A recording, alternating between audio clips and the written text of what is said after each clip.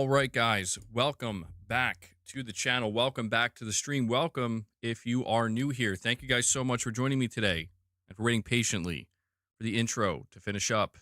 I hope everybody's doing well on this, what is it, Thursday? It's a freaking Thursday. This week's been weird. Yeah, what is going on, guys? We have some stuff to talk about. Microsoft is out of their goddamn minds once again. Boss, what is going on? Cold. I'm very cold. I'm very cold. Bundled up. Yeah, man, I don't know. I just found this hat lying around. I'm like, I'll just wear this. Whatever. It is kind of chilly, though. It's not that cold. I don't know. It's really not that cold. It's not that cold. You think it's like freezing.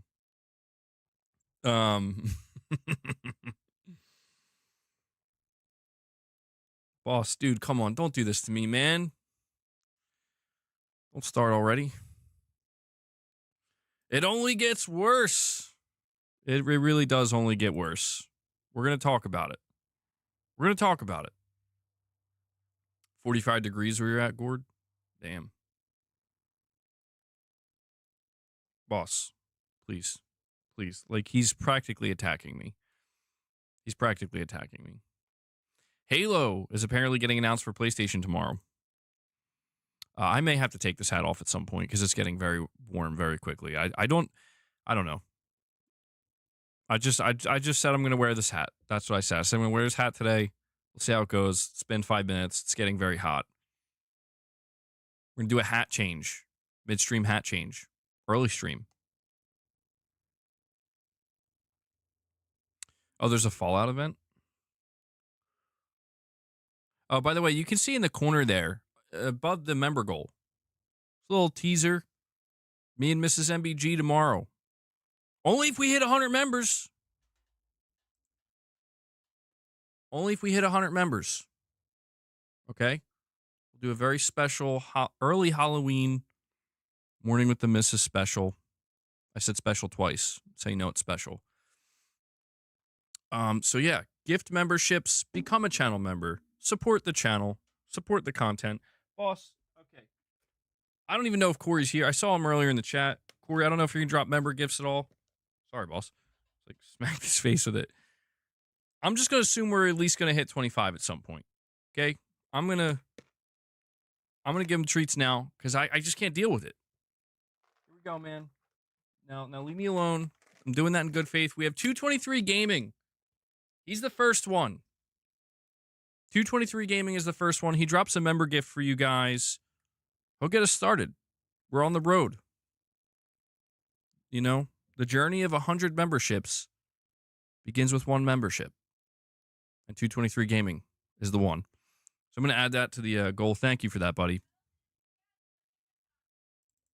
Yes, we are in the costumes, kind of, in the picture. Although it's not showing everything, but, But it's an idea. Listen, I don't have hair. All right? I know what you want from me.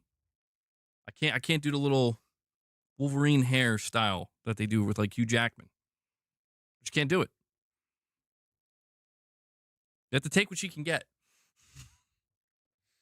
There he is. Corey the Legend comes in. He says, I see boss is already eating some treats. I put my faith in the right place. Corey drops 5 membership gifts for you guys and brings us up to 6 on the day. Thank you for that, Corey. We definitely have some topics to talk about. I'll let you guys know what we're going to be discussing today. Corey, I'm no hero. for you. Never was. Never will be. Ray understands. Ray understands. He definitely understands. Yeah, so we have a very Microsoft-heavy stream today. We do have PlayStation topics, absolutely, to discuss, but a lot of what we're going to talk about today will pertain to PlayStation as well, or impact Sony to some degree, impact the gaming landscape. So yeah, we're going to be, let me see, we have, I don't know exactly how many. We're talking about Microsoft I mean, we have a report here from Jason Schreier from Bloomberg. A new Halo release will be announced later this week in an attempt to resuscitate the franchise.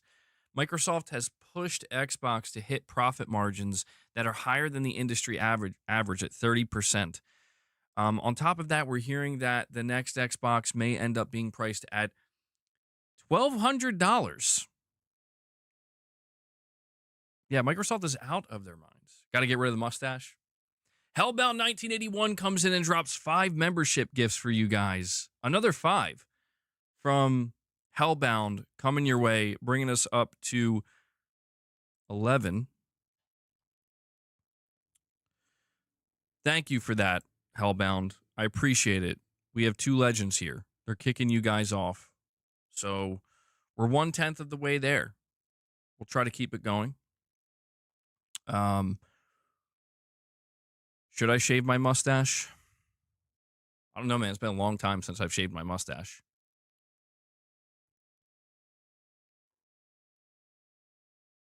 I mean, I don't know. 150 member goal, mustache shave live. I'll leave it up to you guys.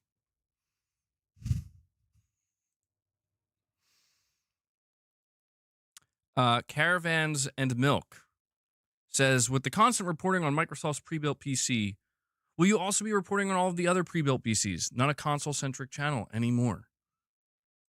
Correct. Actually, I'm glad you brought this up. I was going to wait till later to announce this news, but yeah, I will be transitioning away from PlayStation, and we're going to just be covering everything related to PC and PC devices. Boss, I just gave you like 2 helpings of treats. What?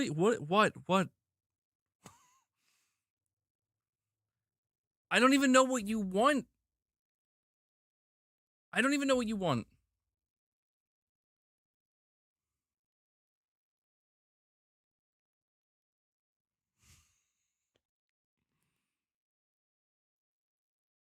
Like, are you trying to like?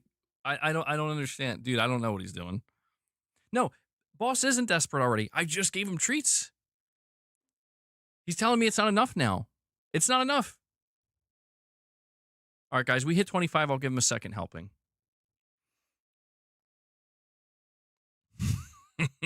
Boss is trying to tell me you got to lose the stash, man.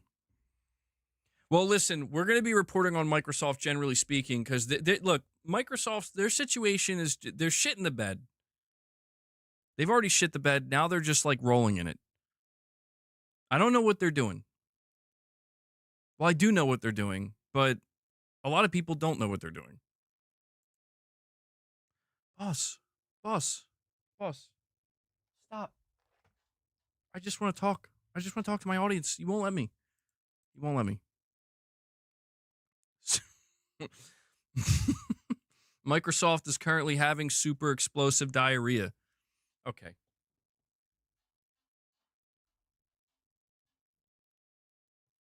No more. Super explosive diarrhea, not regular diarrhea, super explosive. You know, it's all over the walls and stuff. I apologize if you're listening to this stream in a public place or at work or something. And the volume's maybe a little too loud. But yeah, we're going to be talking about everything that's going on with Microsoft. Amy Hood. This is why I told you guys. Remember I told you the 2 names I constantly brought up when we were talking about the ABK deal, all this different stuff about Microsoft. I brought up Satya Nadella, the CEO of Microsoft, and Amy Hood, the CFO of Microsoft. It's not a surprise to me that we're hearing this news that apparently she's putting very unrealistic expectations on the Xbox division, it seems. But the reason why I think this is going to be significant is it's not just about the hardware, right? We are going to talk about the Xbox console or PC or whatever. It's not just about the hardware. It's about how everything that we're hearing in regards to Microsoft and their strategies, as well as, I guess, their goals and their ambitions, it's going to have a profound impact, I think, on the entire industry. Microsoft made some massive waves by making major acquisitions of, publishers that up until that point have always been independent, some of the biggest publishers in the industry. So with these major transitions happening, all these games, all these studios, all these titles, all these development teams are going to kind of be at the center of it. And hardware's part of it too. We're obviously going to talk about that. By the way, guys, make sure you're hitting that like button. We're sitting at 38 likes. We could easily get that up to 50. I'd really appreciate it. And again, just a reminder, if you want to support the channel, become a member, drop member gifts, drop super chats, direct donations. It all helps. I can only do what I do here because you guys make it possible. We're going to strive for 100 members today. I don't know if we're going to be able to achieve it. We'll push for it. If we do, we'll do our special Morning with the Misses early Halloween special tomorrow. Okay? Yeah, Corey, bro, something like that happens on stream, it's over. It's over, man. And Caravans and Milk says 5 to 6 months ago, you talked about how it was reported it's over $1,000 or $1,200. Just gets old with the constant sensationalism over Microsoft. Who cares about Xbox? Agreed. I can agree with that. Unfortunately, I am at the mercy of, well, to be clear, we will be talking about Sony today, but I'm at the mercy of Microsoft is the one making the headlines right now. For all the wrong reasons, but they are.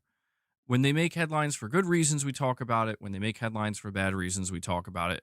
There's no denying that people are more interested in the bad news at this point in time.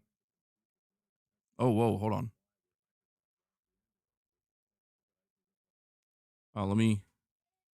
Perfect Image dropped a direct donation. Microsoft is trying to compete with Linux cause Steam is on a tide where Microsoft lost to Android which are Linux to but it look like it. Yeah, I mean, Microsoft's greater ambition, I mean, dude, gaming is a big part of it, but they're obviously they're trying to compete at high levels with other companies regarding other areas, and they it seems like Microsoft almost kind of wants to force gaming to become one of the more profitable, if not most profitable divisions under them. And I don't think it's going well. I think it's a volatile thing that they're trying to do here. All right, boss, can you get down now? But some of the other things we're going to be talking about, Ghost of Yotei. We have some new sales data for Ghost of Yotei. Apparently, it's doing well. Apparently, it is doing good. So we will talk about that. Halo reveal for PS5 is coming tomorrow. Let's see what else we got here.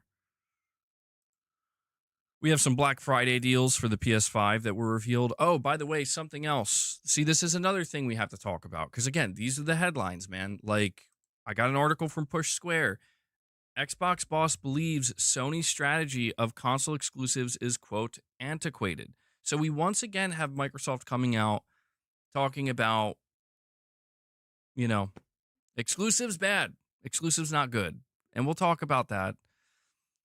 Michael, yeah, man, I ain't got no heat in my home, so I'm going to need 50 memberships from you, bro. All right? If you want me to be in my Wolverine outfit tomorrow, I don't want to be freezing. Boss, I'm going to fight you, man. Like, what do you want? What do you want from me? I'm just trying to talk to my audience about Microsoft and how they hate exclusivity. No, fine. You want more? Members, guys. Members. More! Exclusives are okay for Netflix and Apple TV and HBO. Well, this is another thing that we're learning about, or that, Microsoft's coming out and talking about. And Michael listened. He says, look, bro, you're asking for 50. I'm going to give you 20. He drops 20 membership gifts for you guys. Michael comes in drops a bomb on you, there you go. I'm all right. Well, me giving him those treats is justified. Michael Wernick with the 20 bomb once again. Holy shit. Again, if you get gifted a membership, make sure you tune in to tomorrow's stream, Morning with the Misses. All right, early Halloween special. I'm going to be reiterating it multiple times just so people are aware, because I think there's a lot of people that, you know, they can't catch the streams during the week or whatever, and they're or they come in later and they're totally caught off guard.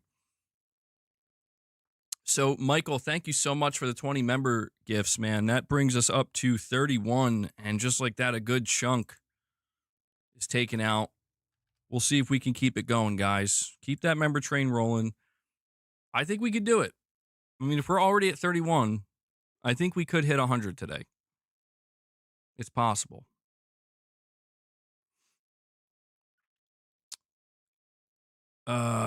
It's hard to get excited for a new Halo game after so many disappointments over the decade. I'd say it's almost impossible to F up Halo 1 remake, but somehow 343 is going to find a way. Don't you mean Halo Studios, Irfan? Michael, you're hyped for it? Yeah, it'll be a good time. It'll be a good time. And Corey, the legend Landiga, comes in. Whoa, boss, don't knock my coffee over. Corey comes in and says, you know what? 5 ain't going to cut it today. We need 20 more. More. Boss, please, God, what do you want from me? Corey just dropped 25 memberships for you, man. I gave you 2 batches of snacks. What do you want my soul at this point, bro? What do you want? Don't chew that. Stop. Corey, thank you so much, man. Another 20 bomb. That's 2 20 bombs back to back. One from Michael, another from Corey. And that brings us to the 51 mark. So we're already halfway there, guys. We're already halfway there. You know what? Screw it. I'm about to say, I don't know. I don't know. I don't know if I want to push it. I don't know if I can part ways with my stash. I was going to say, if we hit 100, we'll get the morning with the misses. 150, I'll shave the stash on stream. I don't know. I don't know. It feels kind of crazy. I never did anything like that before. I think that's what boss wants. All right, we do. I will get into the topics. I promise. You finish Yotei after 51 hours? Yeah, I think I'm like 31 or 32 hours in. I still haven't beaten it, dude. I don't know how. Like, I'm like kind of shocked how long this game is. Or at least it feels really long. I'm like, dude, it says I'm like 85% done. So I think I have a few more missions. 150 members and I grow my hair back on stream. Okay. Caravans and Milk, I'm going to read your super chat. I need to figure out what's going on with boss because he's stop. Like, he's actually really misbehaving. Dude, you're going to knock it over. You got to come over here. You didn't even eat your treats. You didn't even eat your treats. He's not even doing it because he wants treats. He's doing it just for the love of it. I know. You know what? I know what'll do it.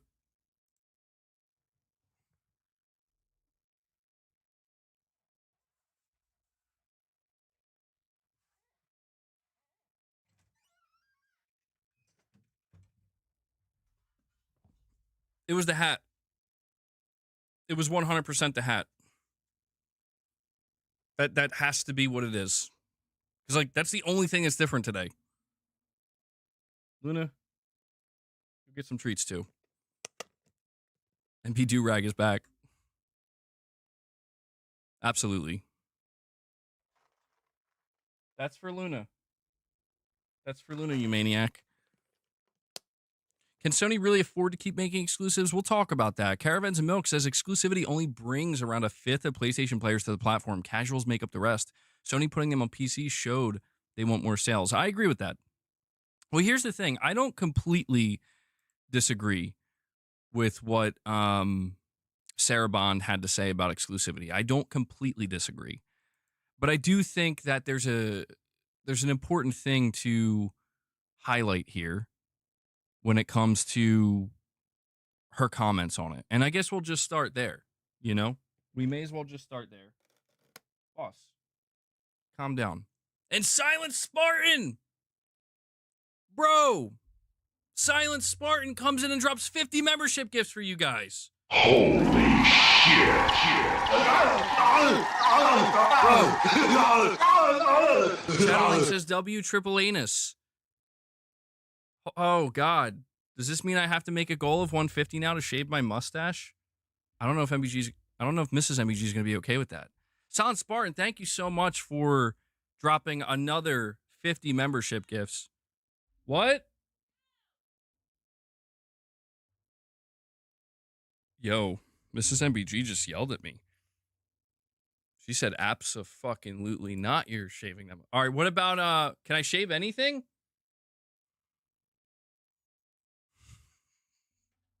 Silent Spartan. My head? But I did yesterday.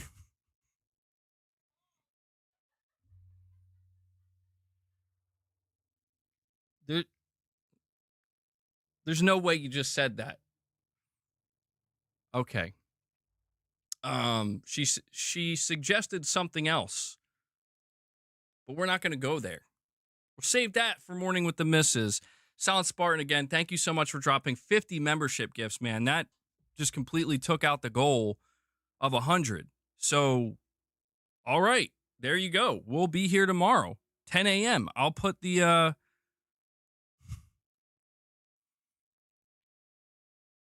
I'll give you guys maybe a little sneak peek in a little bit. All right.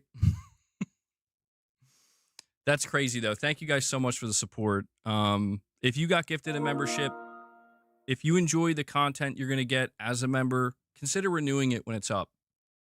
I don't know how many new viewers we have here, how many people are getting a membership for the first time, but if you received one, it's completely on the house. There's no strings attached. You just get access to all the membership benefits for 30 days. Once that 30 days is up, you can choose to renew or do nothing. But again, if you enjoy the content, consider renewing. That month-to-month support really helps, and it's greatly appreciated. So let me throw this on here. And damn. Well, that's it. That wraps up the stream today, guys. I'll catch you tomorrow in Morning with the Misses. I'm just kidding. What art is that? That's actually, if you're talking about what is sitting above the member goal, that's me and Mrs. MBG. Very happy and enjoying each other's company. Just a little, just trying to let people know that that's what we're doing tomorrow. But yeah, Caravans and Milk, with your super chat, man. You talk about casuals making up the rest. We're going to talk about that. Oh, you're just seeing it, Irfan? Yeah, sorry. I tried my best to fit the picture there without it, Irfan, I'm so sorry, man. It's not fair that Irfan can't become a member. It's just straight up not fair. Damn you, YouTube. Michael Maradian says, are you going to talk about today's Bloomberg article? Yes, we are. I have that up as well. There's quite a bit we have to talk about. And we will go over it. Don't worry. Kind of, free-forming it at the beginning of the stream like this makes it a little bit easier because more people get to file in, and then we can, a lot of people come into the streams later and are like, what did I miss?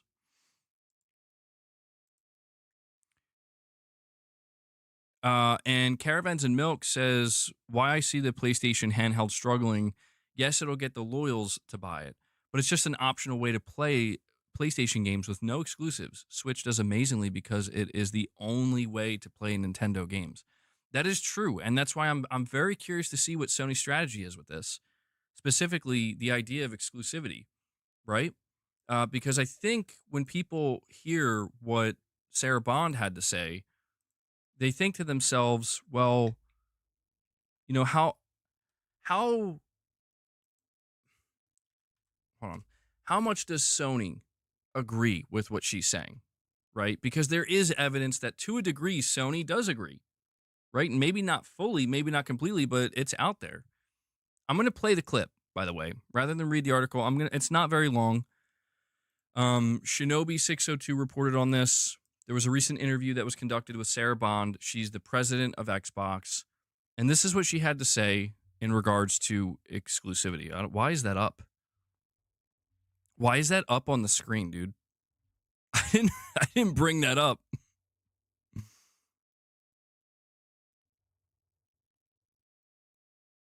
Hold on. That's weird. Okay. What else was on the screen there? That's concerning. But anyway, this is what she said. I'm just going to play the audio. I mean, I guess I could have played the video at that point. Why was it so large, too? What the hell even is this? Hold on. Here we go. I don't know, like exclusives have been less of a focus. It seems like with Xbox, we're getting more like cross-platform games. Where do like big blockbuster, exclusives fit into this, if at all, or is it kind of evolving past that place? We're really seeing people evolve way past that. Like the biggest games in the world are available everywhere. Yeah. You look at Call of Duty, you look at Minecraft, you look at Fortnite, you look at Roblox. Like that's actually what's really driving community in gaming. That's where people gather, they have experiences. And the idea of locking it to one store or one device is antiquated for most people. You want to be able to play with your friends anywhere, regardless of what they're on. And we're really leaning into that with this experience because it just opens up another way for you to play. As does cloud, as does PC, as does the consoles that we all own and have in our living room. I don't know, like. All right. So that's exactly what Sarah Bond had to say about that could have been compromising. Yeah, I don't know. I don't know how much. I mean, I don't know how much just came up on screen there. I'm blushing. But well, actually, no, I'm not blushing. I'm burning up. It's extremely hot in here. I don't even know why I'm wearing this hoodie. I don't know what I'm doing. I don't know. That's what Sarah Bond had to say about exclusivity. And I only have one, I don't want to say issue with this. I mean, I guess there is a little bit of an issue, but if you listen to what she says, she talks about live service games. She's talking about live service games. She's talking about games you play with your friends. She's talking about people not being left out because they want to play together, right? And I feel like this is kind of, it makes sense. Like what she's saying, I feel like you can't argue, right? Like if she's just talking about live service, even Sony agrees. Even Sony says, yeah, live service, we gotta go everywhere. We gotta put them everywhere. We gotta make sure that we're garnering the biggest possible player base for a game that needs as many players as possible to survive and to thrive. Yes, I'm gonna be taking it off soon. Yeah, I don't know why I'm so hot. Got to burn those calories, while I'm just sitting here. But yeah, I mean, Jack, that's kind of what I was thinking too. Like, I understand that she's PR trained, and obviously she was prepared for that question, and she knew exactly what to say. And I think leaving out like single player games is kind of intentional. But when you hear something like this, you have to ask yourself, like, well, not that long ago, Forza Horizon 6 was announced. And, a lot of Xbox players were pointing out the fact that it was announced to be coming to Xbox and PC first. But they did say, like in small text or whatever, like it'll be coming to PS5 later. And, so some people are looking at that and they're like, well, is that intentional? I should have worn a cape too. Is that intentional? Is that done to, I don't know, like make sure that Xbox players feel like they have some level of exclusivity or something to look forward to? Or is it one of these situations where it's like, no, we would have the PS5 version there day one, but it's just not ready. So we're just going to have to let people know it's coming a little bit later. I mean, when you listen to what Sarah Bond is saying,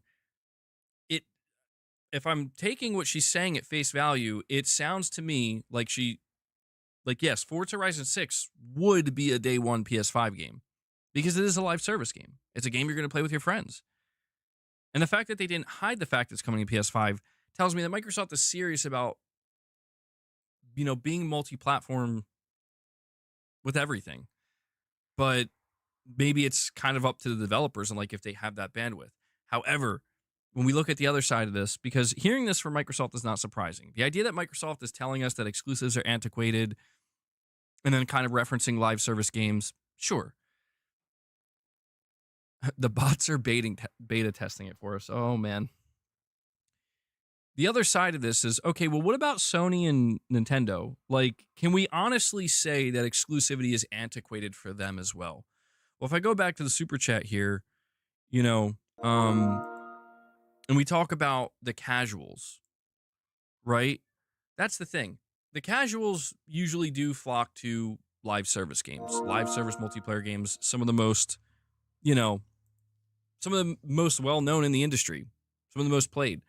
A lot of casuals do that. A lot of casuals do occasionally play single-player games as well, right?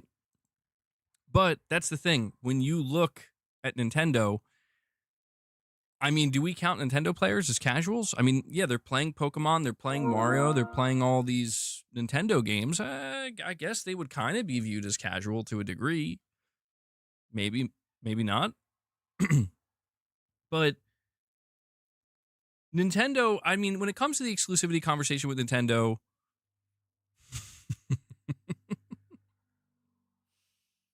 Corey's really looking forward to this. Yo, really quick, Mrs. MBG did buy me a plastic mask. It's clearly made for kids. Not saying I'm going to be wearing it tomorrow, but I'm just saying it exists and it's in my household. All right. Caravans and Milk, you're saying Pokemon ZA only cost $13 million to develop, but only has to sell 200K copies to break even. Or you're saying it looks like it costs $13 million to develop, but it only has to sell 200K copies to break even. Average Pokemon game sells 26 million. PlayStation devs need to cost less. We're going to talk about that too. I did cover that in the video, by the way. Like, somebody in the chat is asking me why I didn't cover Helldivers selling good on Xbox. We covered that in the video I put out today. We're going to talk about that here today as well. We did get an update. It seems like it did do pretty good, pretty decent. You know, I don't know what Sony's expectations are, but it doesn't look like it flopped, which is what it seemed like based on the report we got last month for August. In other words, it seems like Helldivers 2 had some legs on Xbox. Had a little bit of a tail, I guess. But here's the thing. When it comes to exclusivity, in my opinion, it comes down to what the intent is. All right? Exclusivity, when it comes to a console platform or a console ecosystem, it's always been very simple. Create really appealing games that take advantage of the hardware as well as any feature on that hardware that convince people to buy into our ecosystem, to buy the console, to buy into buy into the walled garden. Ultimately, that's the purpose of these exclusives. And Caravans and Milk, you're saying, no, it did cost $13 million with the dev leak. I mean, it looks bad. Oh, okay. Yeah, well, that's the thing. Look, I'm not too familiar with Pokemon. It's been years since I paid attention to Pokemon. But my general understanding is that fans, like people, have been complaining about the Pokemon games for a while.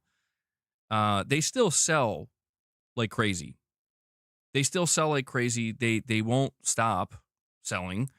But it seems like they've gotten a lot of negative feedback over the years where like people want some more substantial improvements and substantial changes. I don't know if I'm correct in that. That's just what I've picked up on.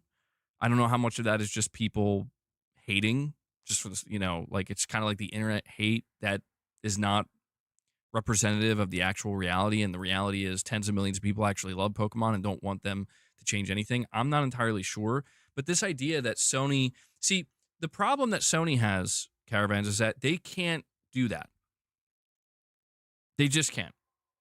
They can't take one of their biggest franchises and say, we're going to cut the budget of this in half. Like Naughty Dog's next game. We're going to cut Naughty Dog's budget in half. So that way, the end result is an overall less visually appealing game, a less highly produced game. Hold on one sec.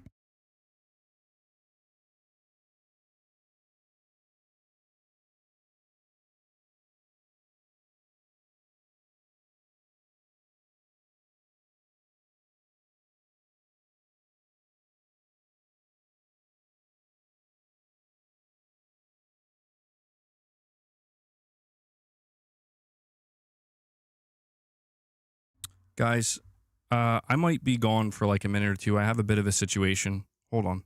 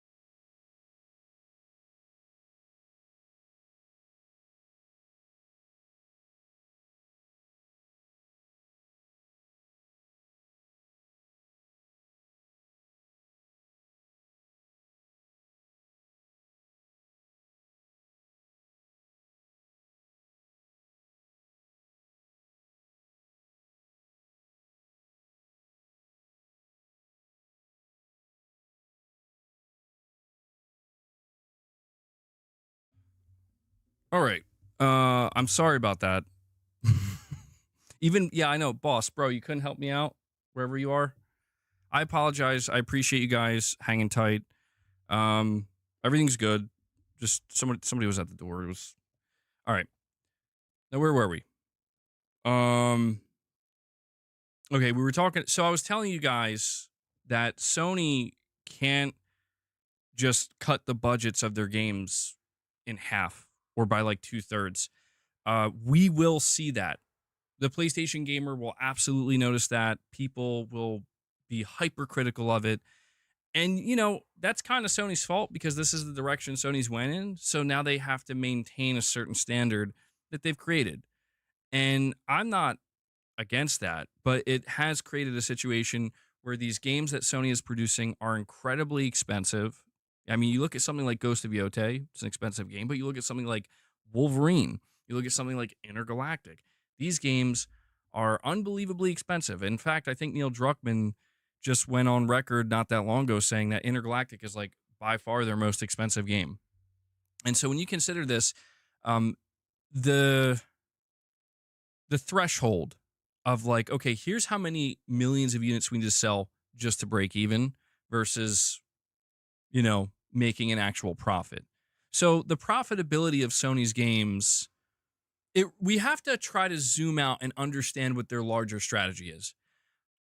Here's what we need to keep in mind when we look at this quote from Sarah Bond, and when Sarah Bond says that Microsoft views exclusivity as antiquated, it's because if you look at Microsoft's larger strategy, of course they would view exclusivity as antiquated because you're not trying to sell hardware anymore. You've lost that front, right? Like the console war is over for you. You're going to be making and Sarah Bond talks about that as well, very expensive curated hardware.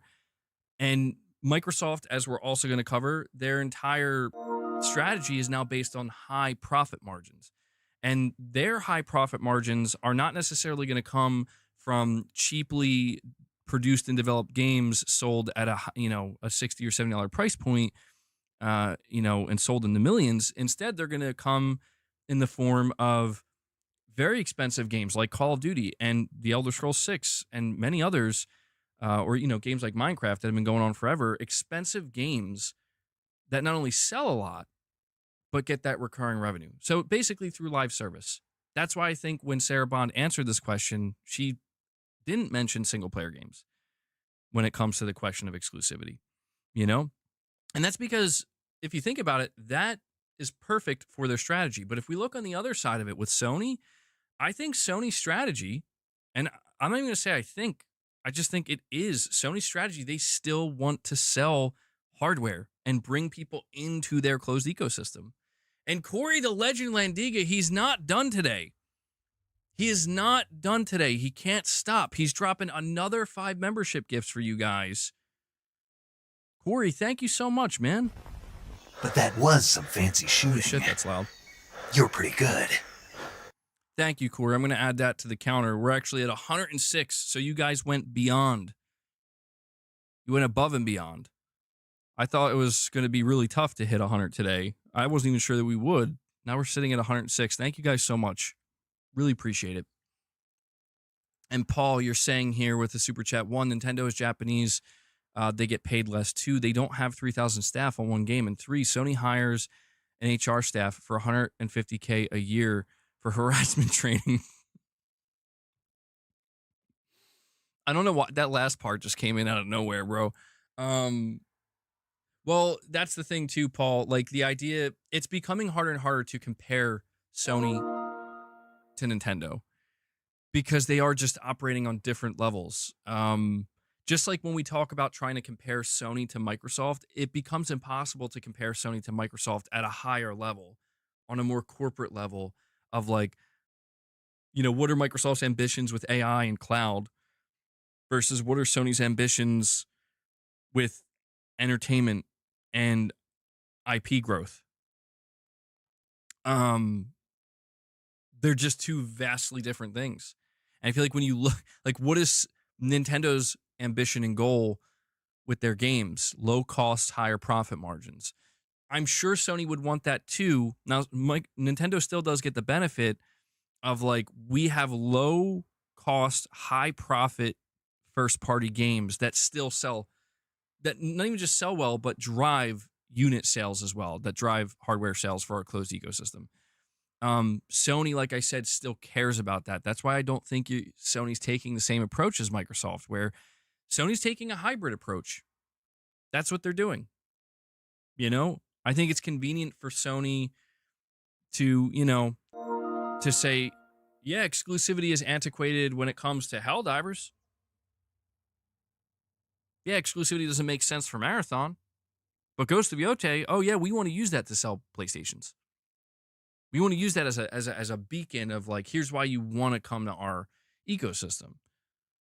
I think that's in like Wolverine.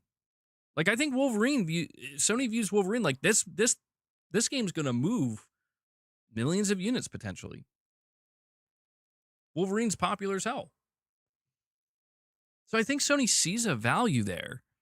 But that's the thing. Sony's also proven that like when that value is gone, if an exclusive game doesn't do anything for their ecosystem anymore, they can then put it in other places.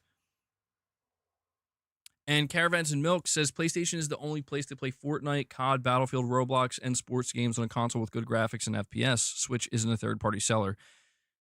That is true. And that's why I'm so curious about this handheld, because Nintendo Switch is getting better than ever third-party support. But I remember reading a report not that long ago that apparently they're still withholding dev kits from like certain third-party devs and major titles, which is really weird. I don't know why they're doing that.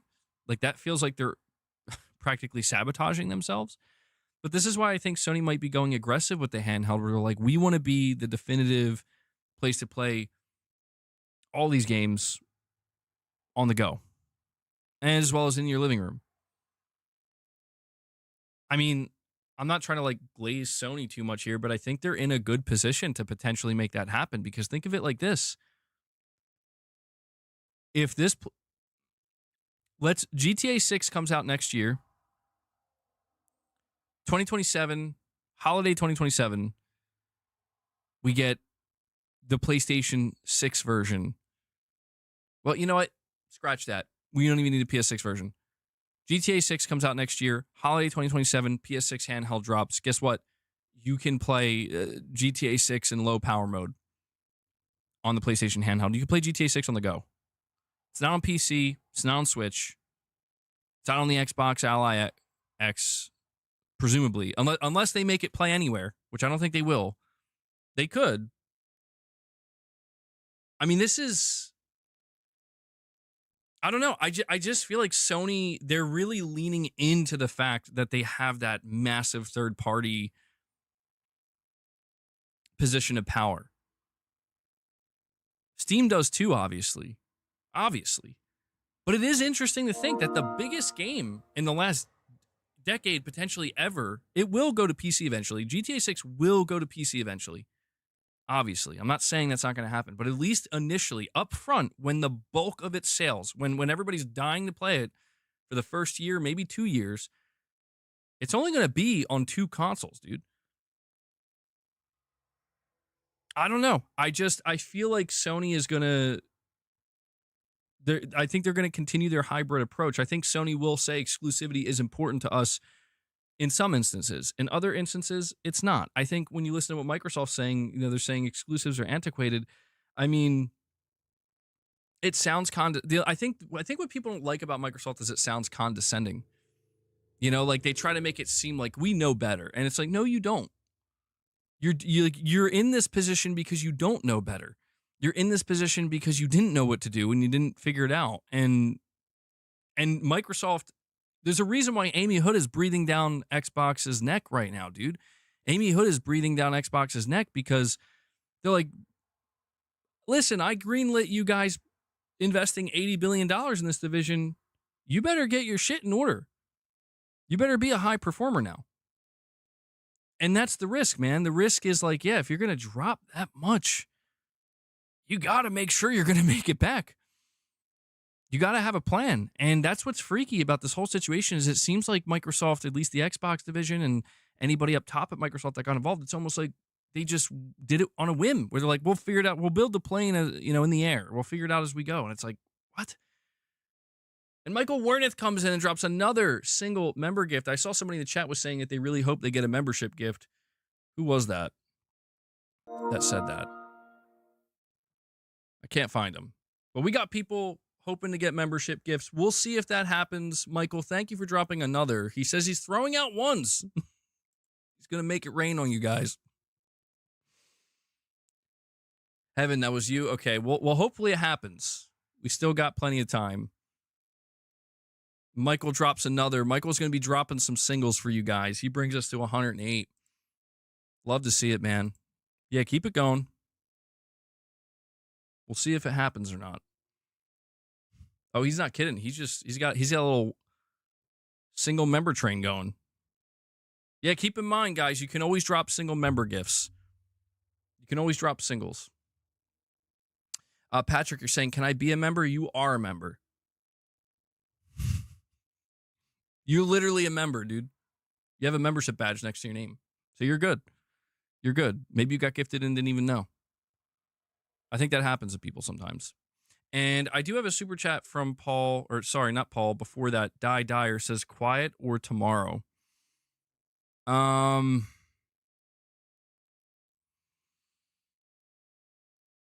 that's a tough one. Quiet was a great character.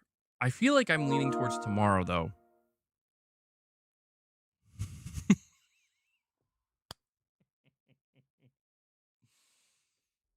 Is that a Muslim Wolverine in the corner?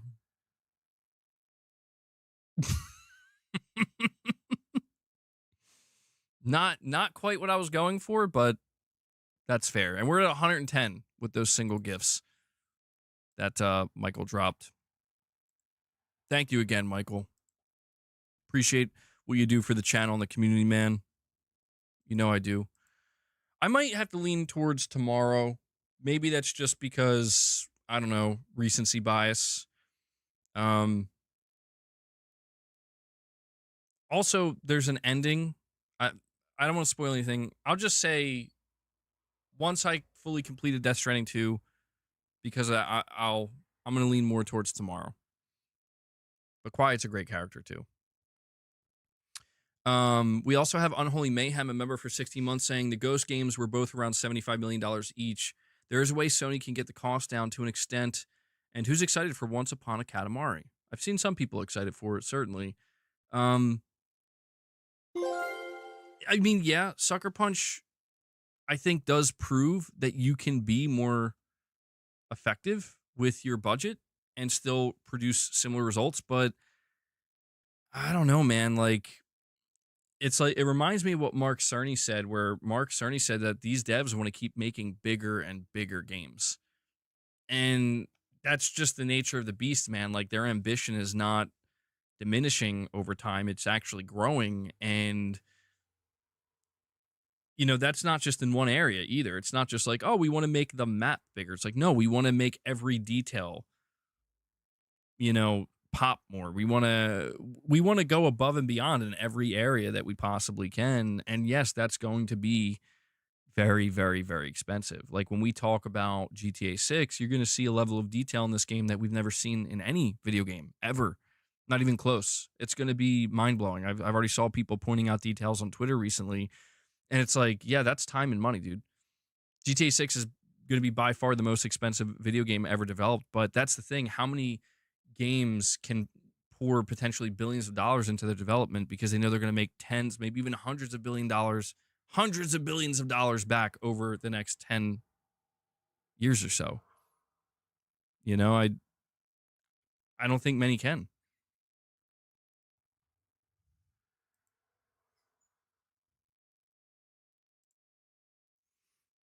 I have another super chat from Paul. It says Xbox first party were a mixed bag for a decade.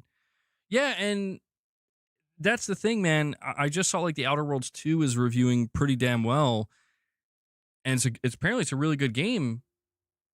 And it's crazy because it's like something like the Outer Worlds 2 could have helped, I think, drive Xbox sales. Maybe not massively, but it could have helped, right? It could have been like, hey, look, we have this title. It's exclusive to our console, or at least our ecosystem.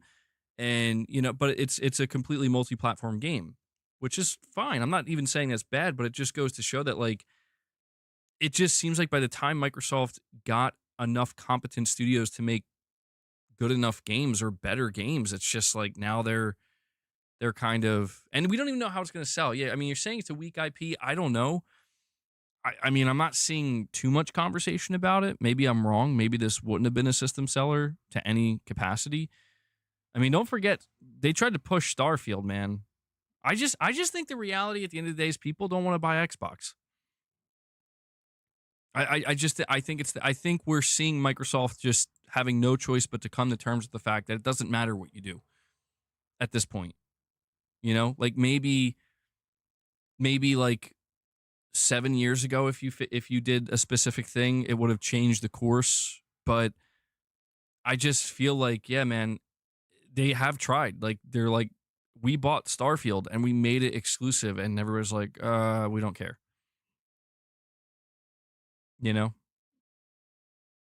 We put Call of Duty on Game Pass, and they're like, we don't care. So I do think this is just a situation for Microsoft where it's like they're a day late and a dollar short, and they now have no choice but to overhaul their, they have no choice but to overhaul their entire strategy and the way that they want to go about doing business in the gaming industry. And we also have Caravans and Milk once again. Thank you for the super chats, buddy, saying, as you said before about the ROG Ally, it already exists. And what you say about PlayStation Handheld, handhelds are out there. Play all those games and can dock. PlayStation Handheld will be cheap, so how powerful can it be? GTA 6 on PC 2027. I would be surprised if they get it out on PC that soon. I don't think you're going to see that. Like, look, I'm not trying to be that guy, but I don't think GTA 6 is going to be coming to PC for like multiple years. And the reason I feel this way is because I think that Take-Two Interactive and Rockstar, I think that they understand that, like, people don't just buy one copy of GTA. Here's how I think they're going to do it. I think they're going to do GTA 6 for series consoles and PS5. Maybe a year and a half later, GTA 6 for next-gen consoles. Or at least at the very least, for the PS6. Now, the real question, I guess, would be how they handle the next gen Xbox version. Because if it's going to be a PC, I don't know how they'll do that. Um, or maybe that, maybe they'll just get the PC version when that drops. But I think it's a matter of like they want to extract as many purchases from the console as they can and make PC players wait, because if there's something that Take-Two Interactive knows about PC players is that they will always go back to PC, you know? Like there are going to be PC players who literally buy a PS5 or a Series console just for GTA 6, and the moment GTA 6 drops on PC, they're like throwing that console out and buying it on PC and playing it there forever. They know that's how this works. And so I do think that Rockstar and Take-Two are going to kind of exploit that a little bit, because we're not talking about your average AAA game here. But, when it comes to the idea that the PlayStation handheld, I mean, how powerful can it be? From my understanding, this PlayStation handheld is going to be 75% of a base PS5. However, the technology, the next gen AMD technology that we just saw them talk about, that'll be incorporated at a, on a firmware / software level. This should ultimately, as long as developers utilize it, which it seems like they're going to, it should bring it up where it'll actually be beyond a PS5. Not significantly, but the results will vary, of course. But generally speaking, and Big Nabs, you're saying Sony can't afford to be involved in culture wars. I agree with that. They should stay out of that. I do think that if they're just purely focused on doing good business, try not to involve yourself with that. I think sometimes Sony has a struggle because they have studios that are just, frankly, that they have studios that lean in one direction very heavily politically, which is fine. But I think, these studios as well as Sony, they have to be on the same page where we're here to do the best business we can. We want to be artists. We want to be creatives. We want to make good products. And we want those products to succeed, not just for the health of Sony or PlayStation, but the health of their own studio. The health of all the developers that are working there to try to grow the studio and keep it running smoothly. So, yeah, I do think it's just one of these things where it's like, try to avoid it as much as you possibly can and keep it out, because I don't think it's going to be conducive to good business. And Caravans and Milk says Starfield only made $865 million. Wonder how much it cost. And then you say 100% is it's all ready for PC. They bought 5M to push creator content and RP. It's the main income for the past few years. PlayStation doesn't allow mods. 100% 2027. That's very interesting you say that, because that is true. I wonder if Sony will change that.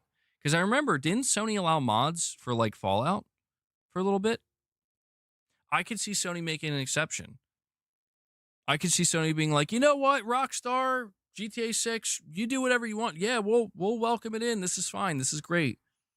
I do wonder if they'll do that, and that could maybe incentivize. I mean, maybe you're right. Maybe they'll have a faster launch on PC.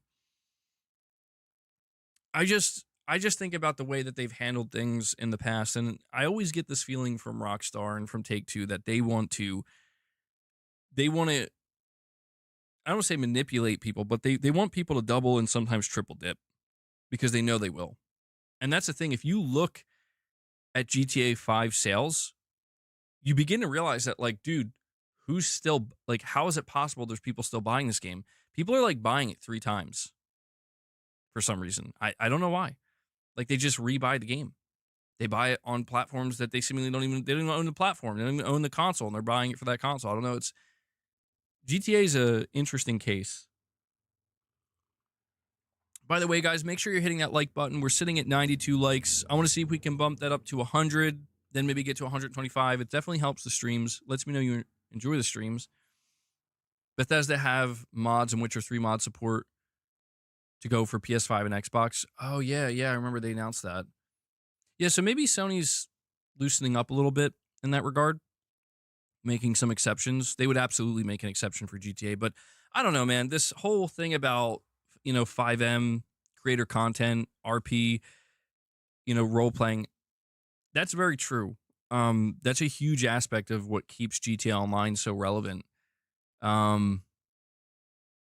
don't know. We don't even know what their plan is for GTA Online. I mean, what if they pull some crazy shit where like, we're going to launch GTA Online 6 months later?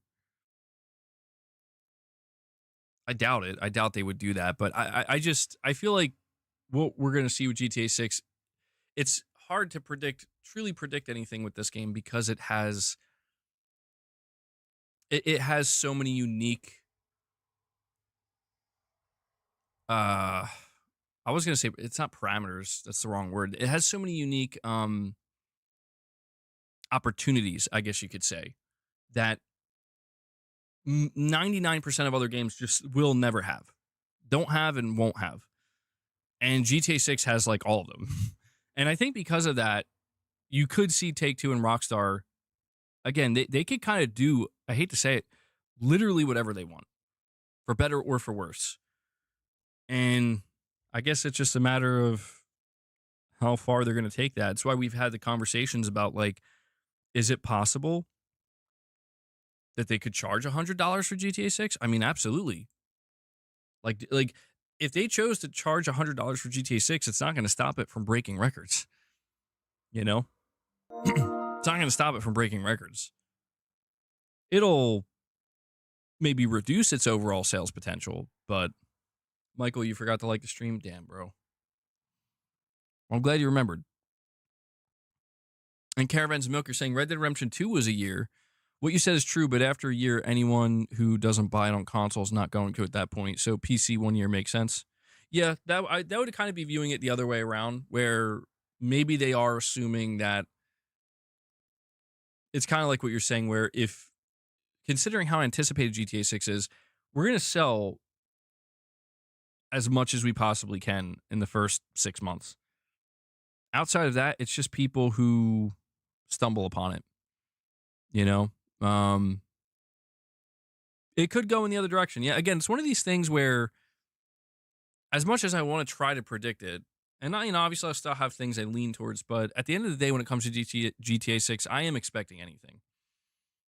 I'm expecting absolutely anything, because I don't think we're ready. I don't think the market is ready for what this game is going to do. Maybe we are. Maybe it'll come at the perfect time. And Matt Fu comes in. Matt Fu, it's been a long time, man. He comes in, he drops a single membership gift for you guys, keeping Michael Wernitz's single member train going, bringing us up to 111. So, Matt, thank you so much for that, buddy. I appreciate it. I don't know if this is the right soundbite. There we go. Good stuff, man. I had to give him that soundbite because of he always has the Astrobot picture. Sammy Sid says, I'm ready to be gifted. Well, hang in there, Sammy. We still have people dropping member gifts, and we still have time. We still have plenty of time. GTA 6 will be $90 or $100. And Omen 86. Another legend. Omen 86 coming out of nowhere. I didn't even know he was here. I didn't know Matt Fu was here. I didn't know Omen was here. They're both dropping single member gifts. That brings us to 112. So these guys want to keep a single train going. Keep it up, guys. Keep it up. Thank you, Omen. Omen, I'll give you a... PlayStation has been defining the gaming industry for the past 3 decades. Hideaki Nishino. We got Nishino-san in here. Dropping the good word. All hail PlayStation. PlayStation Nation, man. And Omen's, he's keeping the single train going. He's following Michael's lead here. That sounded like it was from space. Oh, you know what? I apologize. Yeah, it's echoing. It's definitely echoing. My bad. Omen, thank you for that, buddy. And Matt Fu with another single. These guys are going back and forth with single membership gifts. They're going crazy here. And then Omen again. Who was it that said they wanted a membership? Sammy? I don't know if he got one yet. They're trying. Yeah. Yeah, I realize the sound bites are echoing. My bad. I don't think Fred is here today. No, I haven't seen him.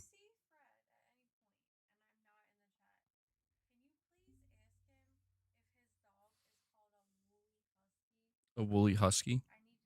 Yeah. If he stops by, I'll ask him. He'll probably show up tomorrow. Yo, look at this. You guys are going crazy with the singles. They're like fighting each other. Who's going to drop the most single membership gifts? Well, guys, if you want a member gift, hopefully you'll get one because we got people in here going crazy. I can't even keep up. Michael's dropping singles. Omen's dropping singles. Matt's still dropping singles. Matt's saying he can't keep up. Sammy still didn't get one yet. He's like, my feels, man. Yo, you know we're going to end the stream with an absurd amount of membership gifts, and Sammy's just going to be there like, I still don't get one, man. Boss, please, God, stop. I can't give you any more treats, boss. I'm sorry. You will get sick. They're still going with the singles. Where are we at? We're at 122 now. How many more people are we going to get on the single train? How many more people? Pushing Polygons says, you know what? I could drop a single.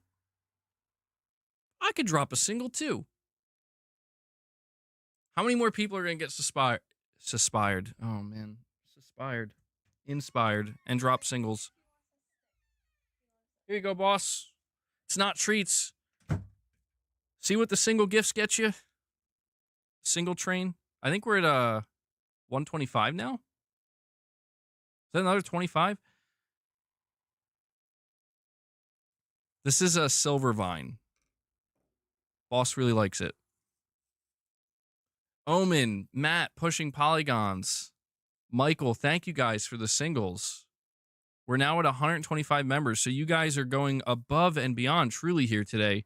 Thank you so much. Really, you don't know how much it means to me. I really appreciate it, guys. You know, it's a privilege, not to sound cheesy, but it's a privilege to be able to do stuff like this, you know, to sit here and talk about video games and the gaming industry. Sometimes lose my mind. And the fact that we have such amazing people here showing so much support, allowing me to continue to do this, really, really appreciate it. Matt drops another single, and then Omen drops another 5. Omen's like, damn it. It was supposed to bring us to 130. We're at 131. Garrett's like, Omen just ruined it, bro. Boss, go. Come on.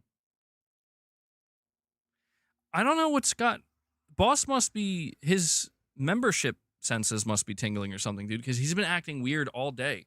And Matt Fu comes in with another 5 member gifts. Look at you guys. This is crazy. This is crazy, dude. We're now... Are you good? Here. Like, I'm losing track. I'm losing track. Yo, Sammy, did you get a membership yet? Oh, yeah. Yeah, so I should say that, too. And Omen's still dropping singles for you guys. He's still dropping singles.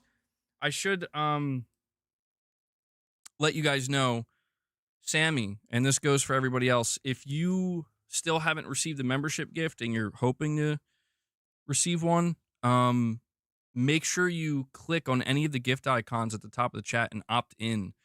Some people may have not done that, but you do need to opt in. Most people are opted in, though, but just double check and make sure.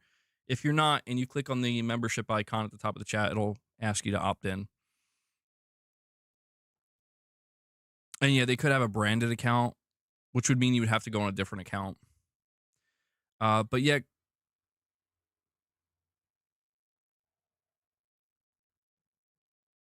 You did drop a member chat? Okay.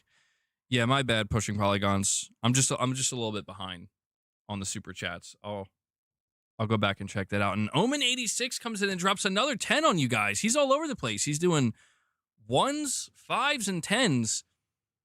Another 10 memberships gifted. Holy shit. Omen, thank you so much for that, man. You guys are dropping crazy support today. I'm going to have to see where we're at. I think that brings us to 147, guys. So, I mean, shit. I'm going to have to completely...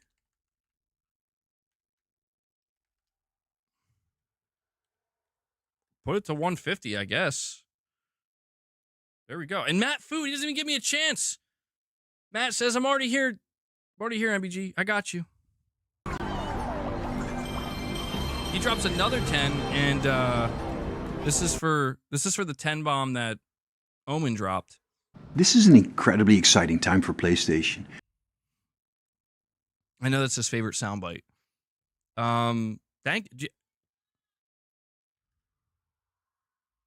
What?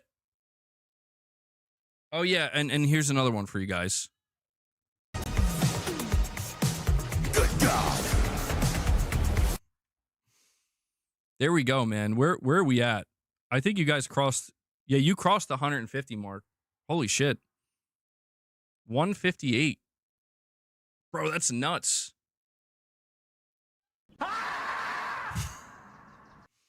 Thank you guys so much. And Omen86 says, when you start with Microsoft is out of their mind, you know I'm in. And Toolman55 comes in and renews his membership. Toolman's like, I'm back. I'm back. And we are at 158. 158. So, shit, man. We'll see how far we could take this today. We'll see how far we could take this. I was not expecting to get 158 memberships. I did put a larger goal today. I put a goal of 100. I thought we were going to struggle. But you guys always prove me wrong. So, seriously, thank you for all the support and pushing polygons. Let me make sure I get your milestone chat here. Member for 30 months, he says, Bond and Microsoft are out of touch when it comes to exclusives going the way of the dodo. The NGen/SNES Batman game was on both, but wasn't the same game. Yeah, I mean, that's the thing, pushing polygons. I think at least for Sony, right? Like, I do try to separate Sony from Nintendo because they are doing different things. Like, they have different ambitions at the end of the day. But it's like anytime we talk about the success of PlayStation, anytime we talk about PlayStation is breaking this record, or they're doing this, or they're doing that, it all is at the center of the console hardware experience. Like, that's the thing. Sony has not taken the PlayStation Store and said, we're putting the PlayStation Store here, and we're putting it there, and we're putting it everywhere. They're not taking their ecosystem and just throwing it out there into every possible place. They're not trying to turn everything into a PlayStation like Microsoft is. And that's important to understand because the success that Sony has found, these large numbers and these every time they're coming out and like flexing, like, we just broke this record, or this is the most successful console generation in our history. Like, this is why it doesn't make sense for people to say, well, Sony, I think you should not do that, anymore. Like, you should stop caring about that thing that has made you the most money, that has brought you the most success.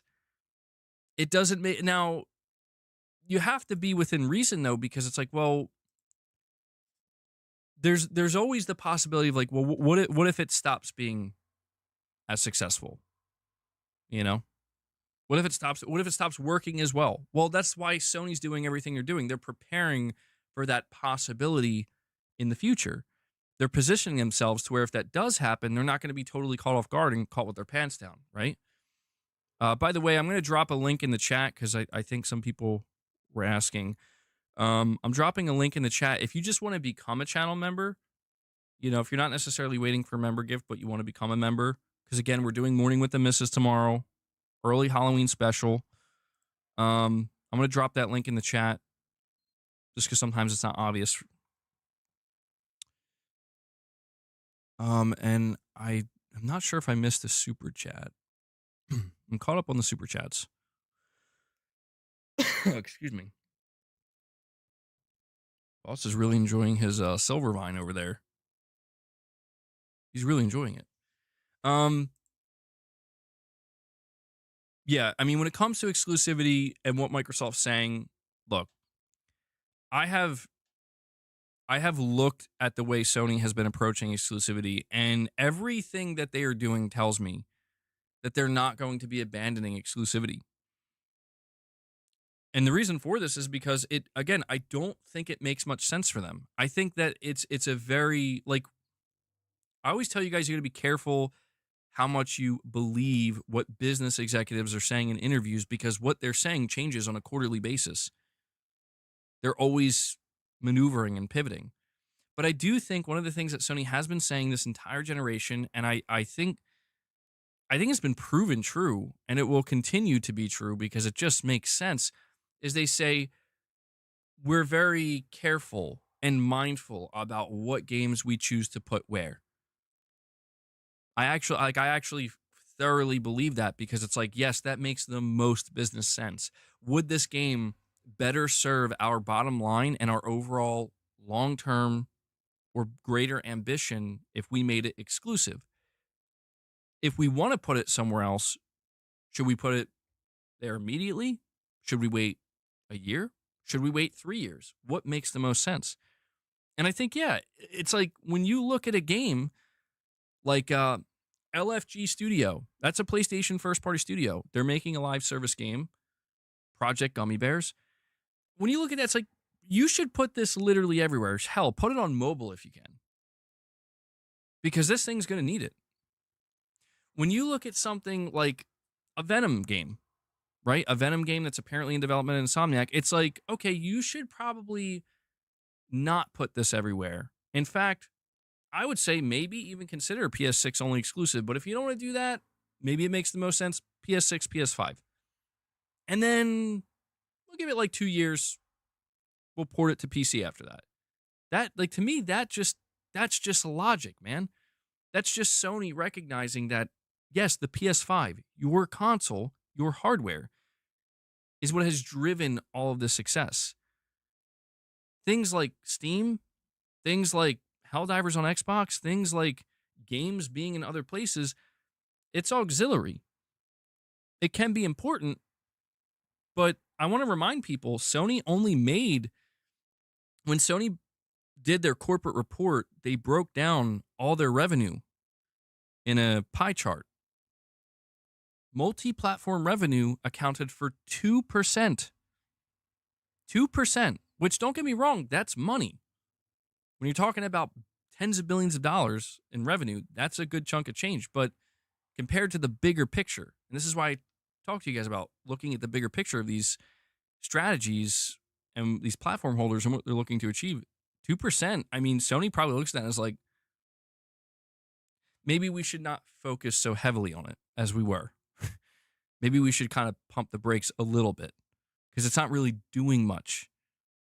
Believe me, if Sony brought up that corporate report and 15% of their overall revenue came from multiplat, you would see them actually get more aggressive with it. Excuse me. I'm sorry, boss. Omen86 with a super chat says, I haven't been here much, MBG. It's a time issue. Too many games, too little time. Silent Hill F, Yotei, Metal Gear, Hell is Us, etc. No, I hear you, man. I hear you. It's kind of insane how many games have released in such a short period of time. Even just today. Don't know if you're a Plants vs. Zombies fan, but I forgot when I woke up this morning. I'm like, oh yeah, Plants vs. Zombies remaster's out. Gonna have to play that. You know, like I'm still playing Yotei. Still playing Battlefield. I bought Mafia: The Old Country, by the way, waiting for that to arrive. I want to play that. So I'm feeling it as well. And that's the thing, dude. I'm not a gameplay streamer. I do stream gameplay, but like, that's not literally what my channel is, where I play through games on my channel. It's hard to keep up. It is hard to keep up, man. So I hear you. It's a good problem to have, though. And Caravans and Milk with 2 super chats. Boss, I'm sorry. I don't mean to keep scaring you. I don't know why I'm getting this cough. Hold on. You're saying Nintendo are breaking the most records and are in third place because they are exclusive focused. PlayStation is for everything, and that's where the money comes from, which is a bad sign. They damage the PlayStation for 2%. Yeah, I mean, this is a tough one, man, because here's the thing about Nintendo. Nintendo, they do have much greater profit margins, and they are breaking records. Let's not forget, I hold Sony in very high regard when it comes to the PlayStation brand, and I know a lot of PlayStation fans do as well. But we cannot forget who outsold PlayStation. At least with, this last generation that the Switch did. The Switch outsold the PS4. And then Sony panicked and was like, actually, we sold 160 million PS2s. Take that. Sony had to make sure nothing was going to touch the PS2. But yeah, Nintendo, even just we didn't even cover the numbers yet, but when you look at the NPD report, Nintendo's the one driving growth right now. The PS5 was down by double digits, which is, I don't know how concerning that is, but it's like we're reaching that point where Sony's going to have to start doing more although GTA 6 is coming out. We'll see what that does. I'm sure it's going to do big things. But that's what's interesting. You have to ask yourself, why isn't Sony chasing Nintendo? Because it's like, well, yeah, if Nintendo makes the most money with the least amount of revenue, Nintendo is doing something that Sony is working on doing, but still struggling a bit. Nintendo is the epitome of efficient in that, I don't know like what their actual profit margins are, but like if they only make like 10 billion in revenue, the majority of that 10 billion is going to be profit. It's going to be net profit.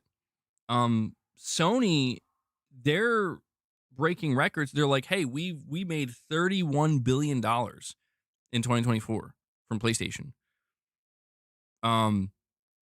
But only like 10% of that? I don't know. Again, I don't remember what the exact number is, but it's a small percentage where it's like only a small chunk of that is net profit. And, you have to ask yourself, well, what is it about these corporations that want to be so revenue focused? Well, because here's the idea, at least as I understand it. The idea is if you can generate larger and larger and larger revenue pools every quarter, every year, the larger your overall revenue pool, the greater the opportunity to turn that revenue into profit. So in other words, my understanding is that it's more difficult, it's talking just from going from the bottom to the top. It's more difficult to just generate raw revenue than it is to generate profit. At least that's, again, I don't know if that's completely correct, but how I see these companies do it, it just seems like they're taking this approach where it's like just create the largest pool possible, and then after that, focus on, cording off as much of it as that's mine. I don't know that it's the most effective strategy, but it is clearly a viable strategy. And so, if you look at Sony, they're obviously going to continue to push revenue growth. But Sony's big thing, and to be clear, this is why Sony's pushing live service. Because live service solves that problem. Why is Sony's revenue so incredibly high, but they're struggling with their profit margins?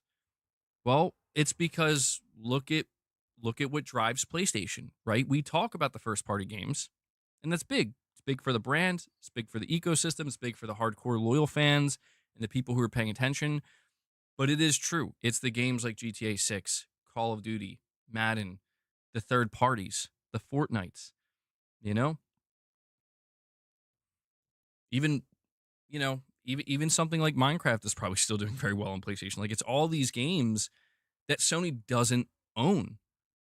And so therefore, it's a percentage game. This is why their margins are not, Roblox, there you go, is massive, absolutely colossal. When Sony sells a microtransaction in any of these games on their storefront, they get a 30% rip. And yes, that creates large revenue pools when you're talking about dealing with, tens of millions, maybe even hundreds of millions of players, and, people buying games at full price, people buying $20 skins, multiple times a month potentially. Sony's going to just be raking that money in, but it's divvied up. It's the way the money's divvied up. And that's what ultimately ends up causing Sony to struggle a bit in the profit margin area. This is why there's been such an aggressive push for live service games, because when Sony sees something like Fortnite or Roblox, just making mind-bending amounts of money, and Sony gets just a little taste of that. It's like, we get 30% of that, and holy shit, it's not, it's crazy. It's nice that we get to make 30% of that by doing nothing, but what if we did do something? What if we did make that game, and then we could get 100% of it? So it's like, not only are we breaking revenue records, but now we're starting to break profit records driven by our own live service games that are raking in billions of dollars. It's something that I don't know what Sony's long-term strategy is here, but we know what their short to mid-term strategy is and was. Revenue goes up when prices go up, but it doesn't mean profits go up in step. That's true. That's very true. And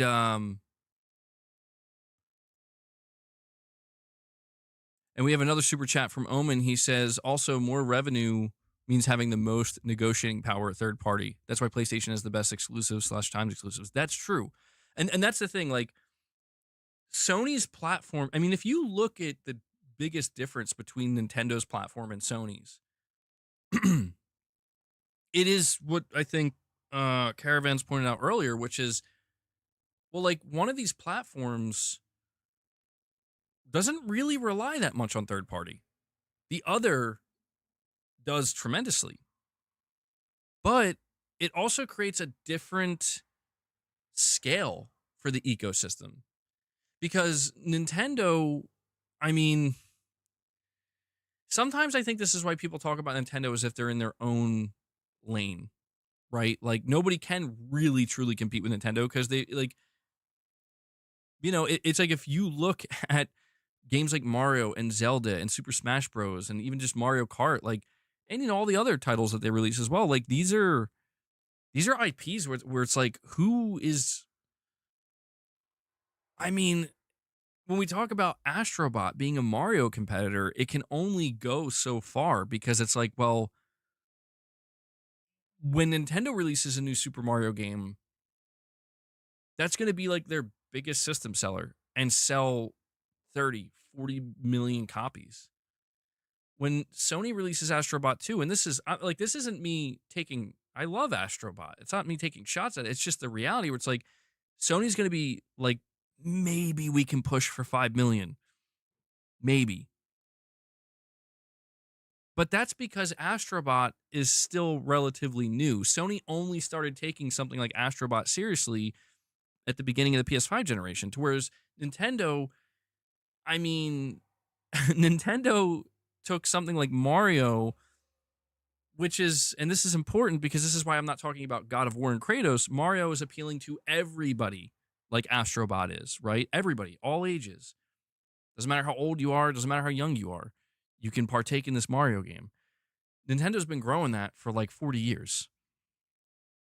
And so when you look at Sony's like older franchises like God of War, like, okay, well, can we make Kratos like our own Mario? It's like, no, you can't do that. It's the same reason why when you look at Spider-Man and Wolverine, both incredibly popular characters, one dwarfs the other in terms of overall appeal. That being Spider-Man. Spider-Man is just much more universal than a character like Wolverine. But it doesn't mean Wolverine isn't popular in his own right. It's just that's the way it is. And so this is also why when you see Sony pursuing these live service games, there's a reason you see these art styles. There's a reason they look generic. There's a reason why these companies, Sony included, are like, listen, if we want to reach these audiences and start bringing in their revenue and making it 100% ours, You know, apparently this is what they like. This is what they. But the only mistake I think Sony's making, truly, and I still feel this way, is that I think, and this is why it burns me that The Last of Us Online was canceled. It's like, Sony, I think you have that in front of you, man. Like, Sony, you have at least, this is the bare minimum, 10 million super loyal PlayStation players. And if you put out a live service game, and maybe this is why they were making a God of War live service, you put out a live service game like The Last of Us Online, something that's from an established PlayStation franchise that you know you have millions of loyal players that will support the next game or did support the previous game. You put that live service out successfully, you know, you have something there. Like, you have a greater chance of success doing that than you do putting something out that looks like it's trying to fucking compete with Fortnite. You know? That's, at least that's my opinion. But maybe Sony doesn't see that. Maybe that's not what the data says. Maybe everything that I mean, and they pay a lot of money to figure this stuff out, you know, for market research and all this shit. Maybe all the market research that they pay for says, no, you gotta make, like, I mean, look at Skate, dude. Skate came out and they're like, we're gonna look like Fortnite. You know, let's like, okay, why? Because apparently that's what works. I don't know. Like, that's what the market research says. It tells you, like, you got to make, if you want a successful live service, it's got to look like this. And I think that's why I'm saying Sony's got to know by now. Like, Sony, Helldivers was a massive success for you, bro. Does that look like Fortnite to you? Does that look like Call of Duty to you? Does that look like Minecraft to you? No, it doesn't. It should tell them something. It should tell them that, like, you don't have to go in that direction. The market research may say you do. You really don't actually have to. You don't have to. But they will. But the reason I'm getting a little bit further away from the conversation we were having, Sony and Nintendo, I don't want to say that Sony can't do what Nintendo does. It's just they have to work towards it, and it's going to take time. Sony can get to a point in the long run where they make the most revenue and potentially one day make the most profit. And unfortunately, this is the tough part. This is the part that's painful to talk about. Unfortunately, I don't think, and I could be wrong, I don't think Sony will ever be able to achieve that with their single player games. You know, because what Sony has working against them is everything Nintendo doesn't. Nintendo, like I said, they have that brand power that's been built for 40 years with singular characters, you know, and singular experiences that, you know, people kind of say, like, wasn't this the same thing? It's like, yeah, but it's refined, beyond refined. That's what people want. You know, they want something that feels new but familiar. New but kind of not new. Better, but the same. Sony, I'm not saying they don't have brand power, but it's like Intergalactic. I think Intergalactic will do well. Is Intergalactic going to be, like, when we look at Intergalactic, is it like, oh my God, dude, like, I think Sony could get Intergalactic to become like a 30 million seller. Like, dude, I don't even know that we could say that could happen with God of War. Maybe it could one day, but it's like, that's not really there.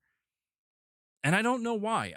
You know what my best guess is? My best guess is it's because Sony makes somewhat more mature, more cinematic games. I think that's what it is. I think Sony has maybe kind of accepted that we can continue to make these games and they will sell well in their own right, to be clear. You sell 10 million, that's huge.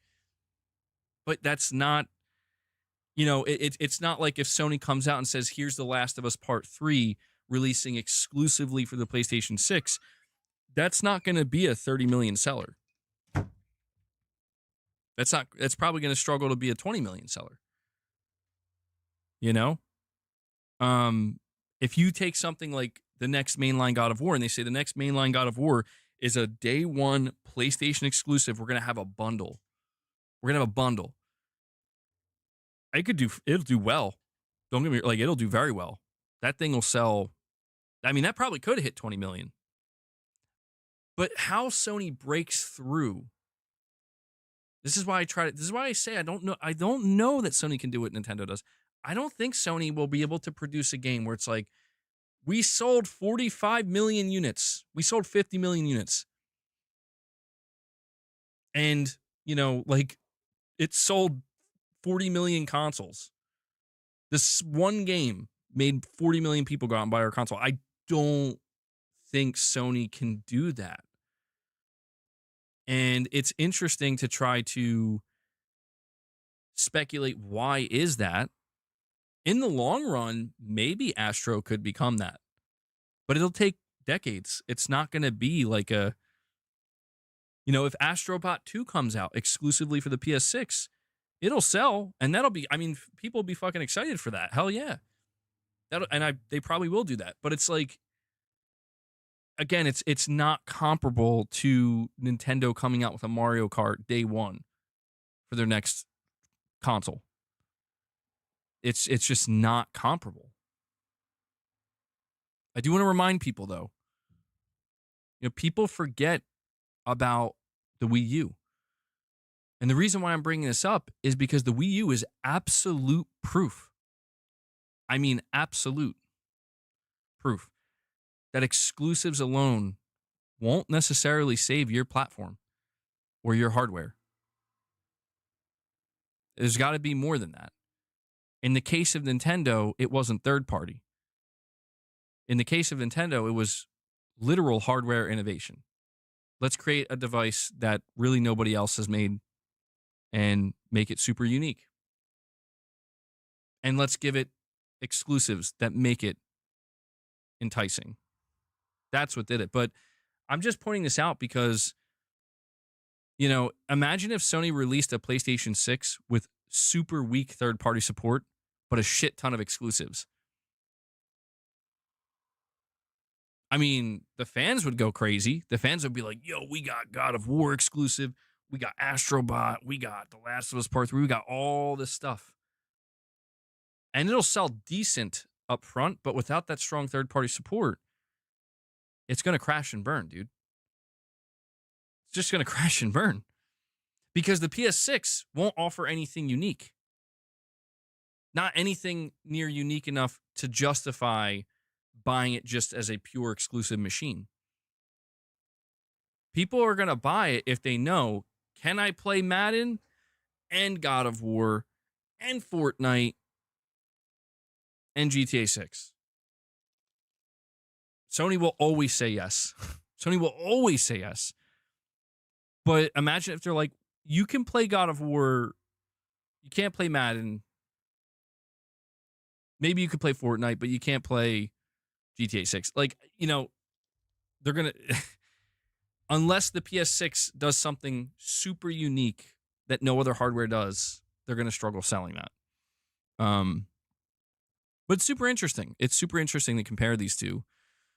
And I'm a little bit behind on the super chats. Hold on. We have Caravans and Milky says Nintendo is now valued at $101 billion. Sony's at $177 billion. Crazy since Nintendo is mostly a gaming company. Merch makes a big chunk for them, and no theme parks. That is impressive. I didn't realize Nintendo was valued that high. That is impressive. I respect it. I do. Like, I'm not a Nintendo fan, but I respect the fact that they've climbed that high just being a gaming company. Because that's the thing about Sony, dude. Sony's overall value on the market, you said they're at 177. I think they've been fluctuating between like 175 and 180, and they want to get to that 200 mark. Sony's doing that being all over the place, Like they're not just gaming. Gaming's like one of the biggest parts of it, though. But if it was just PlayStation, like if PlayStation was spun out of Sony, and operated as just a pure gaming company, I think they would be below. Maybe, I don't know. I'm not sure exactly how much they would be valued at, but I don't know if they would be at 100 million. Or sorry, 100 billion. But yeah, that's why Sony's trying to leverage things like movies and TV shows and all this stuff. MBG cinematic games equal high selling, but you need like the Bungie 15-minute loop needs to be there. Oh, you're saying, oh, my bad, I read that wrong. Don't equal high selling. Yeah, that's true too. That's true too. And that's what I'm saying. Like this, again, this is why they keep leaning in the live service direction. And Caravans are saying, bro, the Nintendo president said, quote, we don't care about PlayStation and Xbox Gen Wars. We want to make games. Also, why third party struggles. Less power than PlayStation.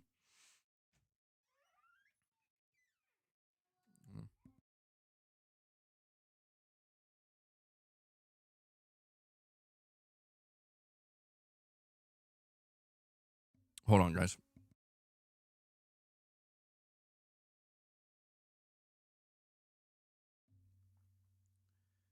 Well, yeah, to be honest, I'm not even sure why I'm not sure why we got so hung up on the conversation between Nintendo and Sony, only because I think both Sony and Nintendo don't view each other as competition, man. I mean, Nintendo said that, where they're not paying attention to the console war between Sony and Microsoft, and Shuhei Yoshida revealed that internally Sony does not view Nintendo as competition.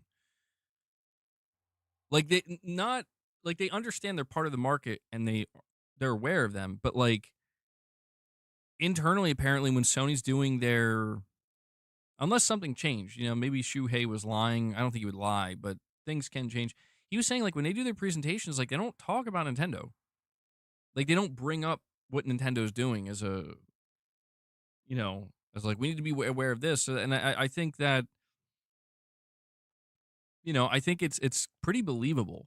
Like I do believe that because I think you're going to see Sony put out a handheld.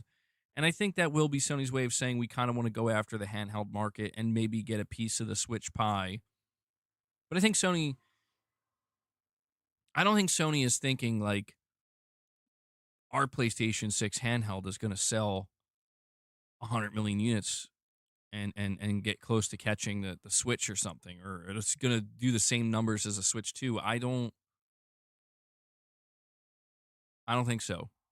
I don't think so. But what if it does? I mean, I'm sure Nintendo would be pissed. Sony would be elated. But I think the only thing that would make Sony get very scared of Nintendo and make them be like, you're our enemy now. And Nintendo is leaning a little bit. They're getting there, but they're still far from it. They're still a ways away. I don't know that it's going to happen, but there have been signs. Excuse me. It's damn coffee. It would be if Nintendo was like, our third-party support is becoming just as strong as Sony's. But it doesn't seem like that's happening.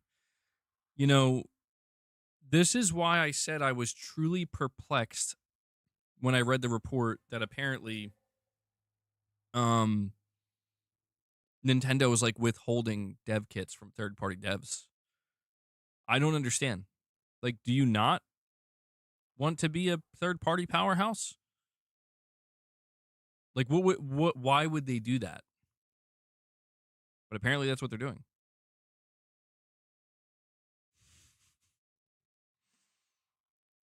Wait, pushing polygons, what are you saying?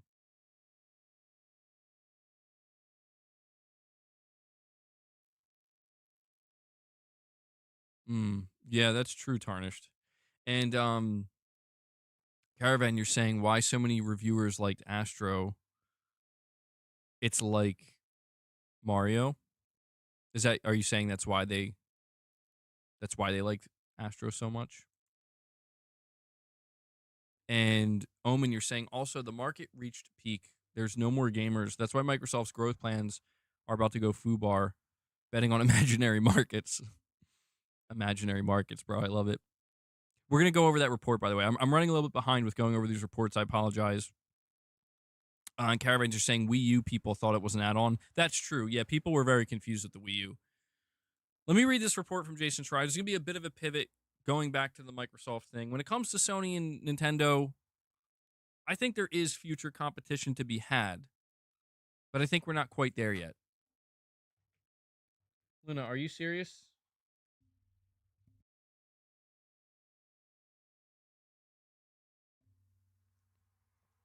All right. So we have a report here. Jason Schreier is reporting from Bloomberg. Microsoft is asking its Xbox gaming division to produce profit margins that are well above the industry average, ratcheting up pressure on its video game makers during a difficult time for the industry at large.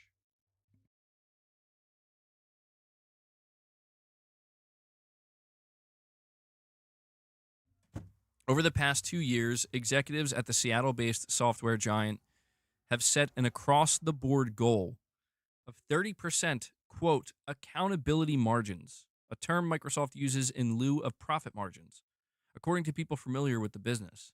The gaming division, which includes dozens of studios, has responded by canceling products, raising prices, and slashing thousands of jobs, said the people who asked not to be identified, discussing non-public information. The new goal, which has not been previously reported, is at the outer range of what the gaming studio can typically reach in a boom year, said Neil Barber, an analyst with S&P Global. A 30% or better margin is usually reserved for a publisher that is really nailing it. In the past, game makers at Xbox were not asked to hit specific numerical targets, said the people, and were largely told to focus on making the best games possible without worrying too much about finances. The new target was implemented in fall 2023 by Microsoft Chief Financial Officer Amy Hood. By the way, pay attention to that fall 2023, whose team has taken a larger role in the gaming business in recent years. The change has impacted strategies under Microsoft Gaming Chief Phil Spencer, as the division has looked for new ways to cut costs and boost profits. In 2024, Xbox announced that it would begin releasing the majority of its games on consoles from rivals, Nintendo and Sony, for the first time. Earlier this year, Xbox decided to cancel a number of costly projects, including Everwild, Perfect Dark, and Project Blackbird, all of which had been in development for more than 7 years. Holy shit. Not every project is expected to hit the 30% profit threshold, said the people, but many Xbox developers and groups have been presented with this new target. Moving forward, games that are either cheap to make or deemed more likely to generate significant revenue windfalls may take priority over riskier bets, said the people. While Xbox's floundering hardware division may face a significant rethinking, in a recent interview with Mashable, Xbox President Sarah Bond said the company's next console will be, quote, a very premium, very high-end curated experience, end quote, suggesting a departure from previous Xbox iterations. Xbox's best hope for a blockbuster game in recent years was 2021's Halo Infinite, the latest entry in its most vital franchise. Despite some early accolades, the game was ultimately seen as a failure and led to a complete overhaul of the studio behind it. Later this week, Microsoft will announce a new Halo release in an attempt to resuscitate the franchise. That's going to happen tomorrow, by the way. So this is why I think Microsoft fucking sucks. Yeah, I read that from the Reddit, Irfan, so thank you. Yeah, I appreciate you doing that. That was the entire read or write-up. But no, this, like, in all seriousness, though, like, this is the worst possible outcome. Everything we are seeing, man, like, at the end of the day, it all boils down to one thing. And I know I sound like a broken record, but the reason we have to cover this is because this is new information that's coming out. God damn it. Hold on.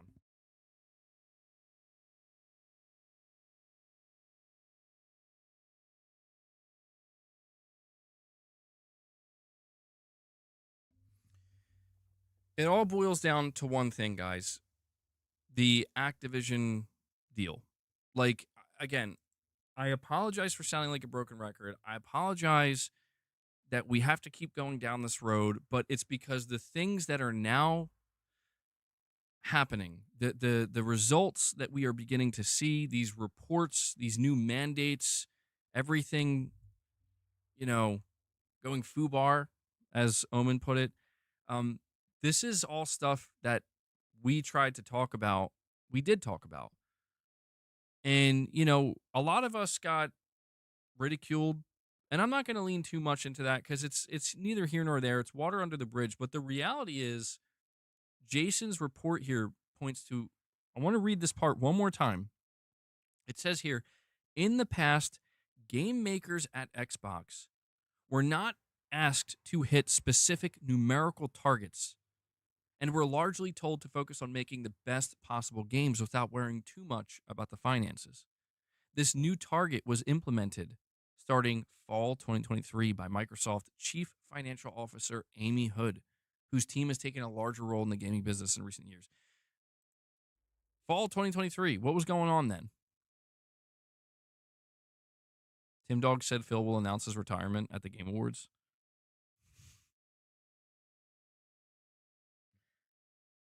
Why is that funny? It's not there. There's nothing funny about Phil Spencer retiring. It's just the idea of it being an announcement at the Game Awards is so fucking funny to me. That's like that's crazy. And Caravans, you're saying, easy to see. Microsoft will focus now on Call of Duty, WoW, Minecraft, and larger games. They'll no longer greenlight games like Keeper and Avowed. Who can blame them, LOL? I don't. Dude, this is why I feel bad at the end of the day. Because people bought in to the hype. But this hype was dangerous, dude. This hype was volatile. This hype, if it went wrong, it had the... Well, honestly, there was the things that we're seeing now, like these are the end results. This is why, man, like I felt it in my bones, bro. Like, again, I come from Xbox, like, and there's a reason I left. I knew when Microsoft was pushing this whole idea of like, it'll be great if we acquire publishers because then we're going to be able to feed Game Pass and then Game Pass will grow. And I'm like, I get that logically on paper, that's how it should go. But if you know anything about this market and you just take a closer look at the behavior of gamers and what they really want, like it's not going to work like that. And if it ever were to work like that, this is way too soon. It's way too soon. And this is why, there are people who were predicting years ago when Microsoft bought Bethesda and when they were in the process of trying to buy Activision, people were predicting that, like, dude, this is going to lead to some bad shit going down. Because just look at the amount of money they're spending on this. It's not going to be pretty. And and it all hinged on Game Pass, by the way. That's the important thing. This all hinged on Game Pass. Game Pass had to skyrocket. Game Pass... And I think that's where Phil fucked up, dude. I think Phil was given a chance. I think he was given a chance. It's like, all right, Phil, this is your ship. Steer it. And Phil said, all right, well, Microsoft has given me access to the war chest. We're buying Bethesda. We're going to work on what games we want to make exclusive, what games maybe won't be. And we're Starfield. The next great Bethesda RPG. This is it. This is what's going to sell systems. This is what's going to get... I mean, Starfield day one on Game Pass? People are going to go crazy over that. And I get that. Like, when you just think about... When you look at that on paper, this is the problem with the Phil Spencer era. This is the problem with the past 10 to 12 years for Microsoft. It's like everything... They operate based on paper results. Like, on paper, it all sounds good. On paper, it should work, but you're losing the bigger picture. Like, you're failing to see outside of just what's being written down on the paper, and even to the degree where their actual console, the exact same thing happened. Phil had to operate more on vibes, bro. There's like no intuition. And Caravan's saying, hypothetically, if they become low cost using AI to make the likes of Call of Duty each year and still sell big numbers, sad scenario, Sony will look to copy. Well, I've been paying somewhat closer attention to this AI thing. And I don't know if you guys have noticed, but people are beginning to, you know, there's the term, the AI bubble. And a lot of people believe the AI bubble is going to burst. And this is all going to be just one giant bad ending where it all comes crashing down because it's just another trend. And I I hate to say it, I don't think it's a trend, and I don't think the AI bubble is going to burst. I mean, there are people placing massive bets on the market. People like there's a lot of money on the line. And I do think we're seeing a lot of projecting. I say this as somebody, by the way, I'm not invested in anything like this. Like, I'm not invested in AI or anything. I say that this is just a pure observation. I think a lot of people are projecting what they want to see happen, which is they want to see AI pop. They want to see AI like fall apart and become some forgotten trend in the next 10 years where it's like, look at how hard they tried and look at how it turned out. It was never meant to be something game changing. I think people want that, and I do too, to a degree, because I see some of the shit out there. I'm like, this is horrific. Like this is the literal dystopian sci-fi, if not sci-fi, just like total. I'm just imagining how it could be in my head. I'll write it down. Maybe it'll make for a good script for a movie or plot for a movie or some shit. Like, we're beginning to see that actually happen in front of us. And it's understandable why a lot of people want that to not happen. They want it to break down. They want it to fail, because the alternative is even just what we're seeing in the gaming market. You're not wrong. It won't just be Sony. It will be every video game publisher, maker, and studio. It will become the new norm. And there's nothing anybody will be able to do about it. And it'll just be one of these things where it's like, you're either partaking in it or you're not. And if you choose not to, then you pretty much can't partake in anything anymore. And yes, Microsoft being as big as they are, again, they're like number 3, number 2 in the world. They're in the top 5 richest corporations in the world. Like, everybody who's at the top is going to push this mercilessly. So, and it will trickle down to everything. So, I mean, it's looking kind of spooky, but maybe it won't all be bad. Like, I won't lie, there's some AI I enjoy. I found this AI song is a cover. Red Hot Chili Peppers, Under the Bridge blues version. Don't know how I came across it.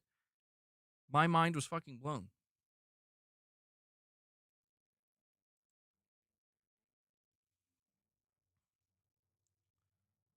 Sales Sony is trolling. Let me repeat this.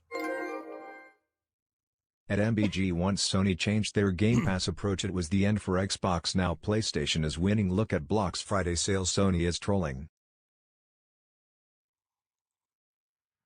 Yeah, so there are some Black Friday sales for Sony for the PS5 that have leaked, and it seems like Sony wants to do volume again this holiday season. What's interesting is they don't have to worry about Xbox now. Unless, I don't think Xbox is going to have any Black Friday sales.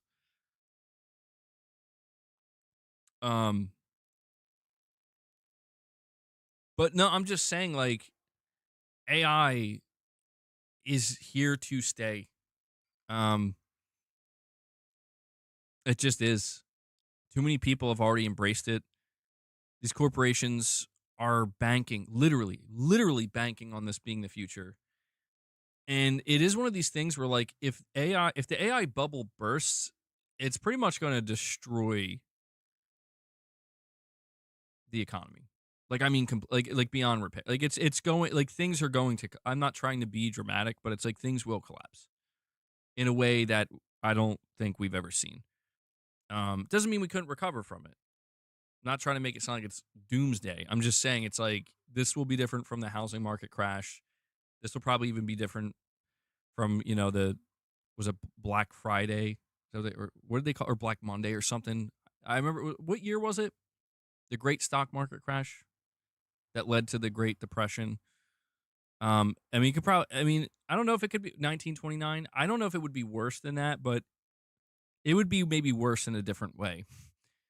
So we, in a way, it's like we kind of need this to work, but the greater implications of, like, the idea of AI being the thing that gets us out of this hole. We sure, though? We sure? We're sure we're not just, like, jumping out of one hole and into another? I don't know. The 1929 incident. Somebody says 1936.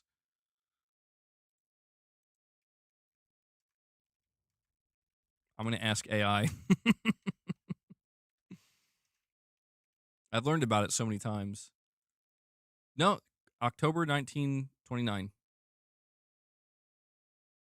So it was not 1936. I don't know what happened in 1936. New Soul 9 with a super chat. You're saying Phil honestly took the logical route that would be music to Microsoft's ear, which is subscriptions. Anything other than a subscription service would not be approved by the board of Microsoft. I agree with that. I've talked about that. I don't think Phil did the wrong thing by coming up with Game Pass and going, pitching to, keep in mind, we were hearing back in 2016 and 17, Satya Nadella needed a reason to keep Xbox around. I think investors were basically calling for Satya Nadella to shut it down or sell it. And Satya, I think, was thinking about it. He was close to it, but he gave Phil and that team another chance. And yeah, if you're Phil and you're like, okay, Netflix of gaming. And yeah, if you're Microsoft, you're trying to appeal to a company that's trying to think 10, 15, 20 years ahead. It does, again, on paper, it all makes sense. In practice, though, and Omen, you're saying Xbox's financial smoke and mirrors are falling apart. They wanted to appear more successful than they are by hiding the numbers behind Microsoft's money. And yes, that's true too. I tried to tell people, man. Like, I tried to tell people where it's like, there's absolutely nothing wrong with enjoying the great deal as long as you can get it. But I always felt uncomfortable. When I would watch certain people, in this industry, as well as, even people, sometimes even people outside the industry would start to chime in. And it always made me feel uncomfortable. It's like, you guys, it's the cheerleading that scares me. It's not the natural curiosity of, oh, could this be good? Like, what would it be like to have all these games in Game Pass? What would it be like if Game Pass was the future? I've never had a problem with curiosity and speculation. I love that. It's always the cheerleading for something like this that always was like, fuck, guys, like, what are you doing? Like, because it's one of two things. You're either this ignorant or you're not, and you're cheerleading for some weird reason that, when it all blows up, you're gonna be like, oh, I'm sorry, I didn't know. Damn you, Microsoft. Like, what are you talking about? And I see this happening now. And granted, some people have taken it way too far where rather than cheerleading anything, they shit on everything and everything's doom and everything sucks. And I'm like, that's no better. Neither of these things are good. And we shouldn't be listening to people who are existing in these extremes where it's like, sure, people maybe look at what I do here and they're like, well, you exist in an extreme. It's like, well, I exist in a particular area, right? And I have my own opinions, and some people really don't like it. But This is one of these areas where it's like, I'm not here to tell you Xbox sucks and I hate them. I'm here to tell you that Xbox fucked up bad and heads are starting to roll. And it's, I've seen a lot of people kind of jumping in this thing where they're it's the most fucking cringe thing where it's like they're trying to make it seem like Microsoft or the Xbox division is a victim. Everybody's hating on Xbox. It's easy to hate Xbox. I'm like, have you not paid? Are we reading the same fucking news? Are we reading the same headlines? Like, yes, we should hate them because look at what they're doing. This is like they're literally destroying. They're going to destroy massive parts of this industry. And it's like, well, what about Sony? Dude, Sony has also fucked up many times and caused problems. And that's why we're still over here trying to yell at Sony like, chill, man. Like, please don't make these crucial mistakes that are gonna fuck everything up. Keep doing what you do best.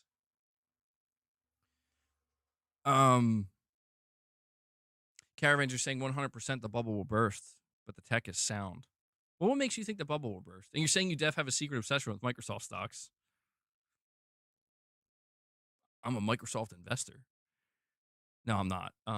If I was, God, my conversations here would be very different. There'd be a major conflict of interest, dude. The only thing I'm concerned about, and it's not that I'm concerned about it, or it's not that I'm obsessed. The only thing I'm obsessed with, and I hate to use the word obsession, but the only thing I'm actually obsessed with is seeing the bigger picture. That's all I actually care about. To just know, like, what is the bottom line here? Where are we going? What are these corporations who are making these decisions? What are they trying to achieve? And of course, you can easily say, oh, they want more money. They want more profit. Of course. But I guess understanding the bigger picture isn't just simply saying they want more money and success and growth. I guess it would come down to understanding what that looks like in practice, not on paper, in practice. Once it's done and happening, or it's happening and it's done and it's in front of us, what does that look like? And what does that mean for us? I know what it means if they achieve it for them. Just like I know what it means for Sony. If Sony fucking makes 10 more live service games next gen and 9 of them fail and only one of them is the next Fortnite, I know what that means for Sony. What does that mean for us? That means bad shit for us. That's what that means. I'm not saying that's going to happen, but it's like understanding the means, I guess, the means to that end is important because, or trying to have some level of predictability of like, it seems like this is how it's going to go down. I mean, a lot of people thought that the things I was saying when Microsoft was trying to acquire ABK, they really thought it's just like, dude, you just hate Microsoft, man. And I still see people acting like this today, not just with me, but just people getting very defensive of Microsoft. I'm like, guys, listen. It's one thing to get defensive about Nintendo. It's one thing to get defensive about Sony. It's one thing to get defensive about Steam. It's another thing at this point in time to get defensive about Microsoft. But unfortunately, I'm not sure what it matters anymore. God, I'm getting hiccups. I'm not sure if it really matters anymore because it's like, I'm like, don't get defensive about Microsoft, proceeds to throw up. It's making me sick.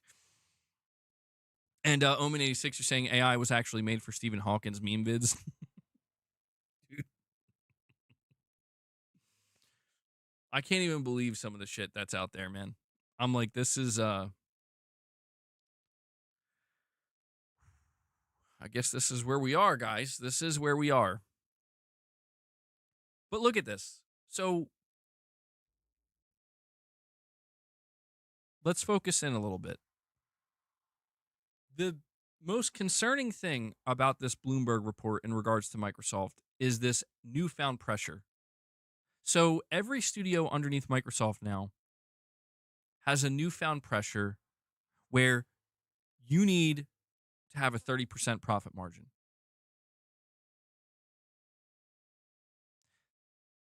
That's that's a lot. That's a lot. You're going to see heads roll like never before at Microsoft Gaming because of this. This is literally the opposite of what Phil Spencer promised, of what the entire dream at Xbox promised.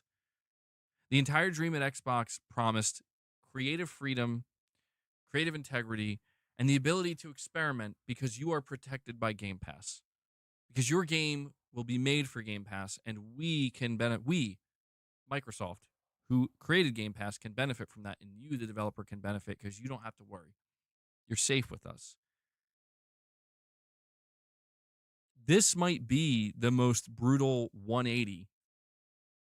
This might be the most brutal rug pull we ever see. If this is true, that now there's a mandate, 30% profitability, you are going to see developers at Microsoft Studios, they're going to have to operate on the razor's edge.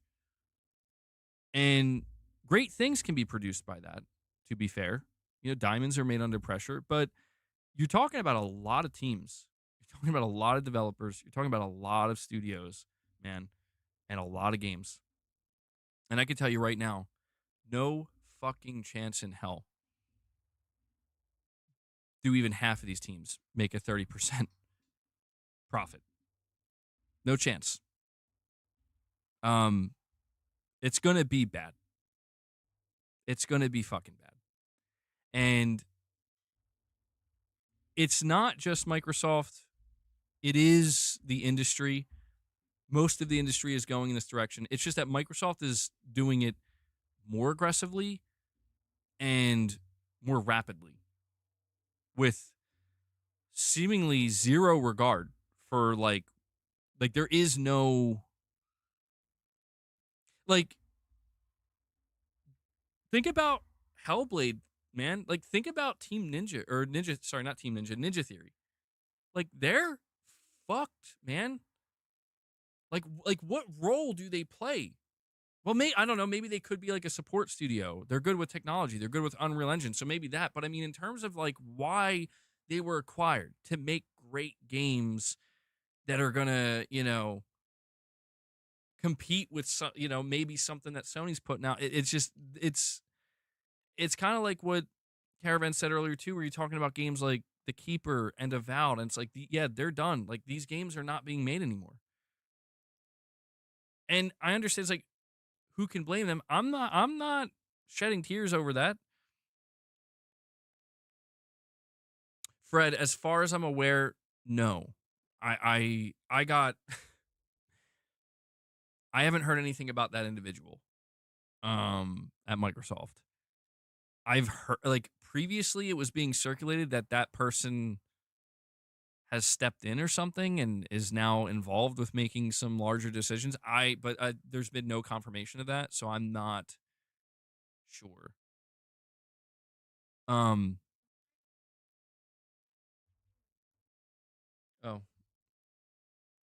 All right. Hold on. Hold on, guys.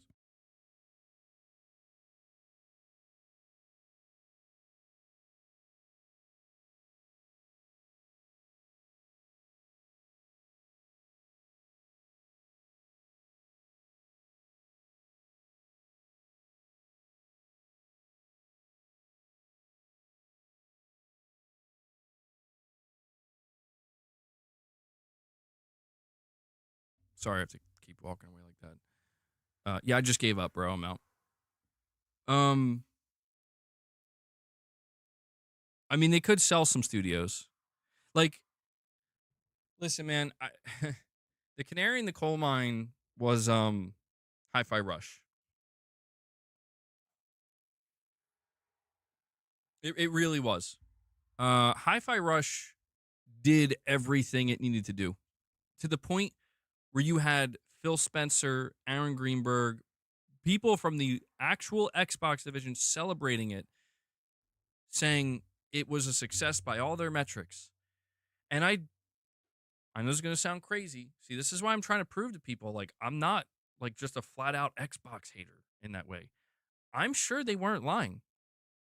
I don't doubt that when Aaron Greenberg put out that tweet saying Hi-Fi Rush was a success by all our measurements internally, I don't think he was lying. I don't think he would have said that if it wasn't true.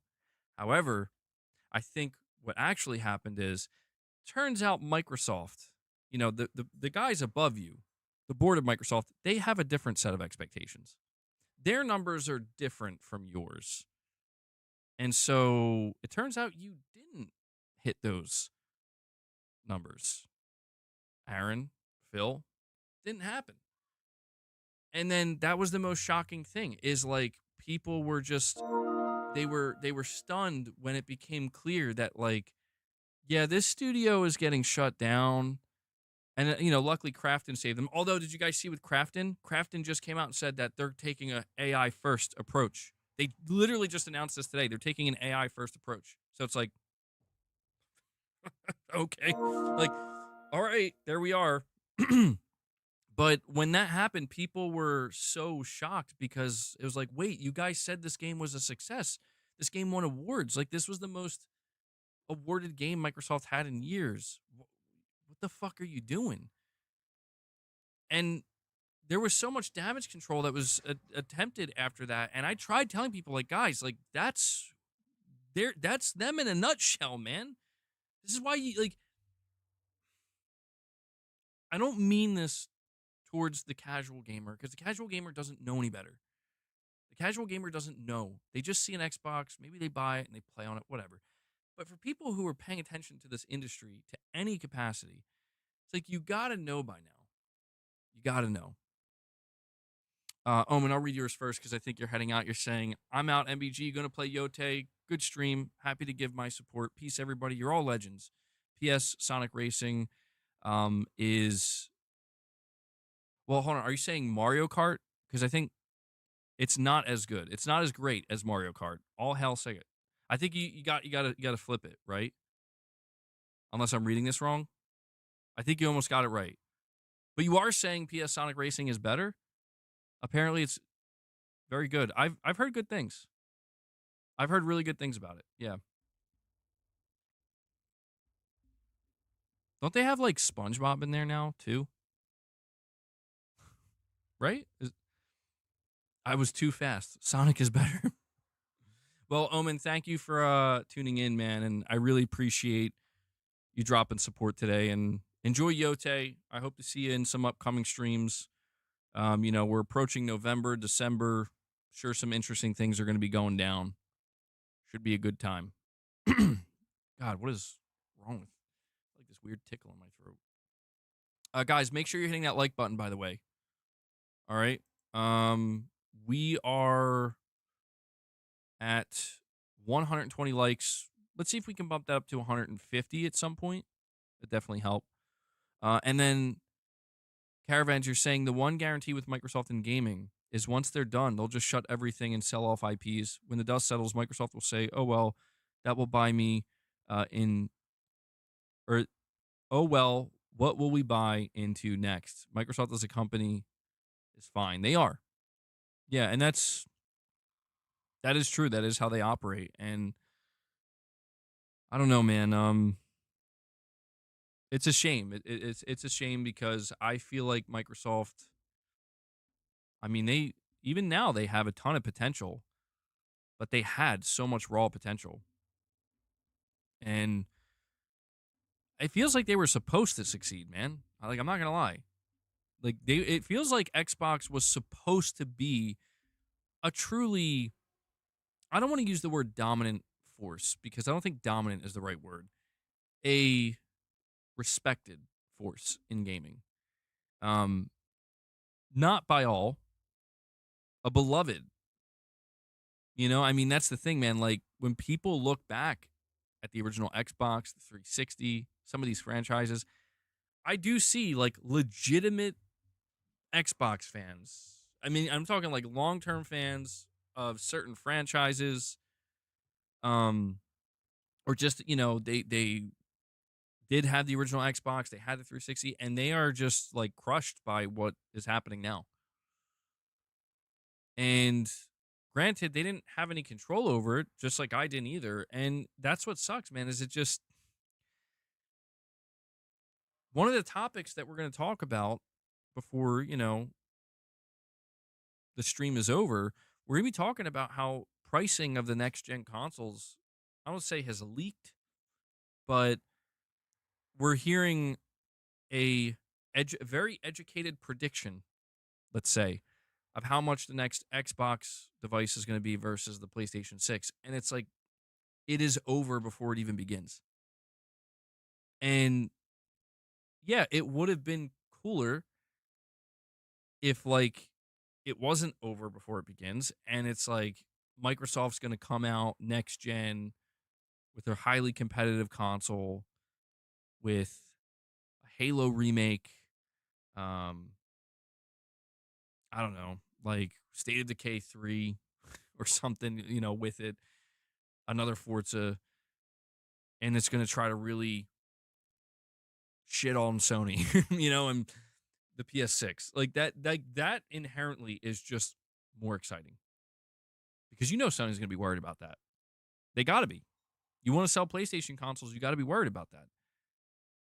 The latest leak or rumor we're hearing is apparently this box is going to be literally $1,200. Sony doesn't have to worry about anything.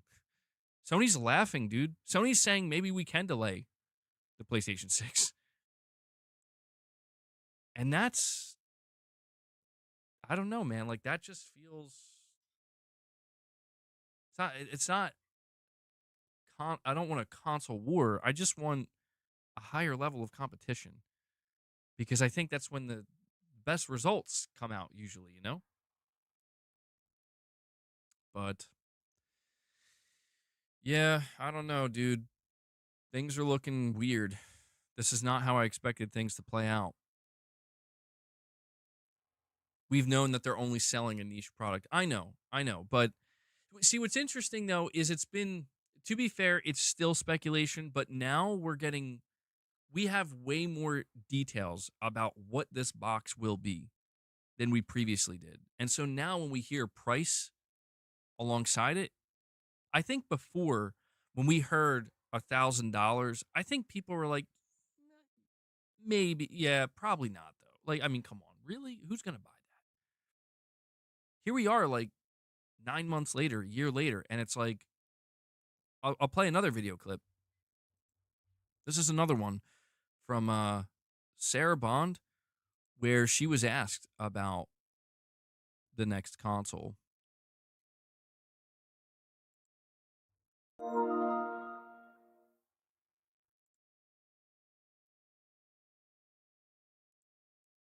Hold on one sec.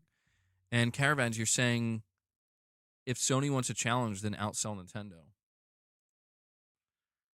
Can Sony do it? Yeah, I mean, yeah. Maybe Sony just gave up on trying to do that because they're like, well, they got a hybrid console, bro. How are we supposed to, like, what are we supposed to do with that? Wait, where is the video clip? I thought there was a video clip. Oh, here it is. Okay. All right, so this is what Sarah Bond had to say about the next Xbox console, by the way. So let me mute myself. I'll play this.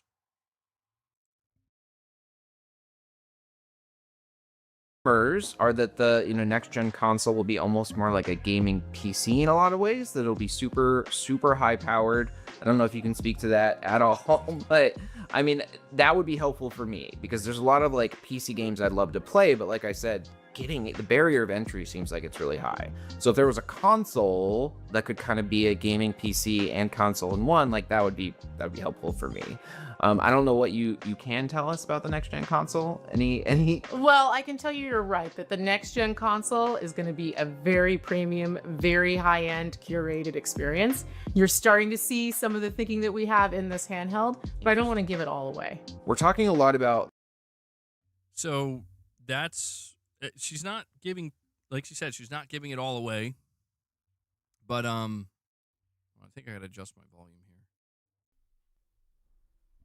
Okay, I don't know how long my volume was that low for, but I apologize. Hopefully that's fixed now. So, she straight up says the next Xbox, the next gen console will be a very premium and high-end curated experience. We're starting to see some of that thinking we have in the handheld, but I don't want to give it all away. Although, does she say console though? Let me hold on. Powered. The barrier of entry seems like if there was a console that could kind of be a gaming PC and console in one, like that would be helpful for me. I don't know what you can tell us about the next gen console. Any? Well, I can tell you you're right that the next gen console is going to be a very. Okay, so she does flat out say next gen console. Really, Shems?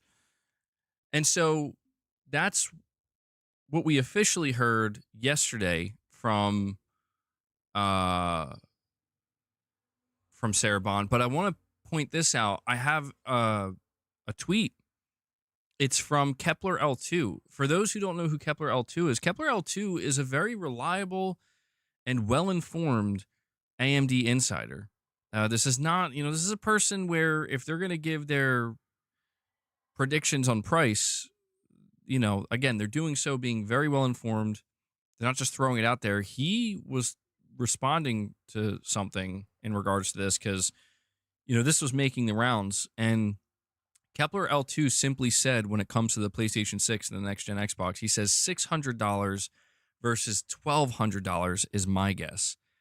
And somebody replied to him, and they said, what? The die cost difference does not explain the plus $600, LOL. And Kepler L2 said 42% more silicon, 20% more memory, higher board/cooling costs, plus they can no longer subsidize the hardware with a third-party storefront. So I want to point out that this is like the second insider. I believe Moore's Law is Dead. Moore's Law is Dead also leaked the entirety of the Xbox Magnus specifications. And I think Wes was posting that, or he's been posting it on the community tab. And that's the thing. This thing will be more powerful and more capable than the PS6. But yeah, I mean, dude, this is why I'm saying, like, I say in my title, Microsoft is out of their mind. It is a bit sensational. And the truth is, it's not that they're out of their mind, dude. It's that they know exactly what they're doing. And they know exactly where this is headed. And so do I. And I think a lot of people do. It's also rumored to house the full fat Windows 11, which comes with extra overhead. Microsoft is not trying to get Sony players to switch. They're going for people that are on the fence for PC and don't want to build a PC. Exactly. I think when the price of this thing is revealed, again, man, you're gonna see people who, when they saw the PS5 Pro was $700, they were like, "Holy shit, Sony is out of their fucking minds. Who would ever pay $700 for this thing?" And then they're going to see this thing, this Xbox device. Granted, it's not going to be exactly the same as the Pro. It's going to be better than the Pro. Absolutely better than the Pro. It should be. It's going to be better than the Pro. It's going to be more PC oriented. So it'll have more options. So I'm just saying, like, people will look at that, the few people, and they'll be like, "That's awesome." The general market is going to see that price point and be like, no. And Microsoft knows that. Sony knows that. Sarah Bond knows that. Like, Sarah Bond is using these terms. She doesn't even just say premium. She says very premium, high-end, curated. In other words, that's what I've been saying. They're going to sell 10 million units, maybe less, and they're going to get a high-ass profit margin on every unit they sell because they do not care. They do not give a single shit if you want to buy this device or not. They don't care, and they don't have to because they're trying to make Call of Duty more profitable. They're worried about Call of Duty, bro. Curated. I'll give you the actual definition. The actual definition of curated is of online content, merchandise, information, etc., selected, organized, and presented using professional and expert knowledge. So, individuals still desire curated news content. I mean, in the context of what she's saying here, like a curated console, it's going to be for a very specific group of people. That's basically what she's saying. That's the translation. It's going to be for a very specific, probably small group of people, a niche group. If the Series S sold about 15 million units, they're 100% losing all users next gen because these people chose the cheapest option possible. It's a good point. Caravans are saying analysts are predicting the future of consoles is PC based, as in modular, RAM, hard drives, maybe even updated GPUs, all being able to be upgraded. I mean, yeah, you already see with Sony, they let you choose an SSD, and now they have a detachable disk drive. I mean, I don't know it's going to be fully Windows or PC necessarily because Sony might. The PS5 is somewhat modular at this point, slightly, very slightly modular. You can't change GPUs and CPUs and RAM, but it's more modular than it was previously. And I think that no matter how modular Sony wants to make the PlayStation console, like, it's still the important thing is it's still going to be closed, man. Like that's the biggest thing that people are paying attention to with this next Xbox is the fact that it's going to have multiple storefronts. It's not even the fact that it's going to run Windows. It's going to run Windows. It's going to have it's a PC experience. The reason why this is so surprising to so many people, if not so many people, some people, is because this literally goes completely, not slightly, not partially, completely against what the console what the console is supposed to do business-wise, financially. And that's so important to understand if you want to know what Microsoft is trying to actually achieve here. The only thing Microsoft is trying to achieve with this device is to come out and tell people we have something too. That's it. If you look at the handheld Xbox that just released, the Asus Xbox ROG Ally, that's what it's going to be. Just in a more traditional box form factor that you hook up to your TV. It's going to be a $1,000, $1,100, $1,200, $1,300 box that maybe they have, I don't know, maybe they'll find a way to make it easier to navigate on your TV or something, but it's going to be, it's going to be running Windows 11. It's going to come with Teams. Microsoft Teams will be built into it.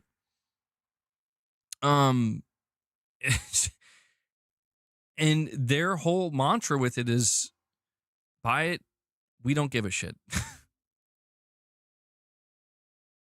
Keep in mind. But it's curated and premium, MEG. That's true. Just keep in mind, man, Microsoft, it is more... all right. This is this sums it all up. This will sum it all up. It is quite literally 100 times more important for the PS5 to continue to sell well and the PlayStation 6 to sell well than it is for Microsoft's upcoming next-gen console to sell well. And the reason for that is because of Call of Duty. Possibly because of Forza Horizon 6. Because these games they're going to make not just good money, phenomenal money, and high-ass profit margins through the PlayStation platform, through the PlayStation storefront. They're going to make so much more money off of PlayStation's console than they even could dream of with their own console or their own device. The person who said that pretty much nobody's going to buy this thing next gen is not wrong, because when you do consider that Microsoft tried to win people over with a $300 box this gen when they were trying to take on the PlayStation, and they only sold about like 15, maybe 18 million. Dude, I'm not saying literally nobody's going to buy it, but it's like, dude, I'm going to make a prediction right now. Do not be shocked if less than 5 million people buy this box. Do not be shocked. Because when I tell you this thing is going to be for a very specific person. Because that's the thing. Who was it that said, somebody in the chat said that like this thing is basically for anybody who's on the fence between buying a console and going PC. How many people are there, though, that are on the fence about that? I think most people have made their choice. They either play on PC or they bought a console. Or they just said, fuck it, I'll do both. Don't get me wrong. I see people expressing interest for this device, and I'm sure they will. I'm sure they are interested. People, oh yeah, MRPD, I'm sorry. But, hey, MRPD needs a membership, guys. Yeah, I don't know how you didn't get gifted one. I think you've received gifts in the past, right? Well, we'll see. Yeah, we hit a lot today. We hit 158 members. I don't know if we'll go beyond that, but we still got some time. Hang in there. Caravan's interesting question. Will they charge for play online? PC, it's free. Steam even gives free cloud saves. It's great for the consumer to be open. Price around. What?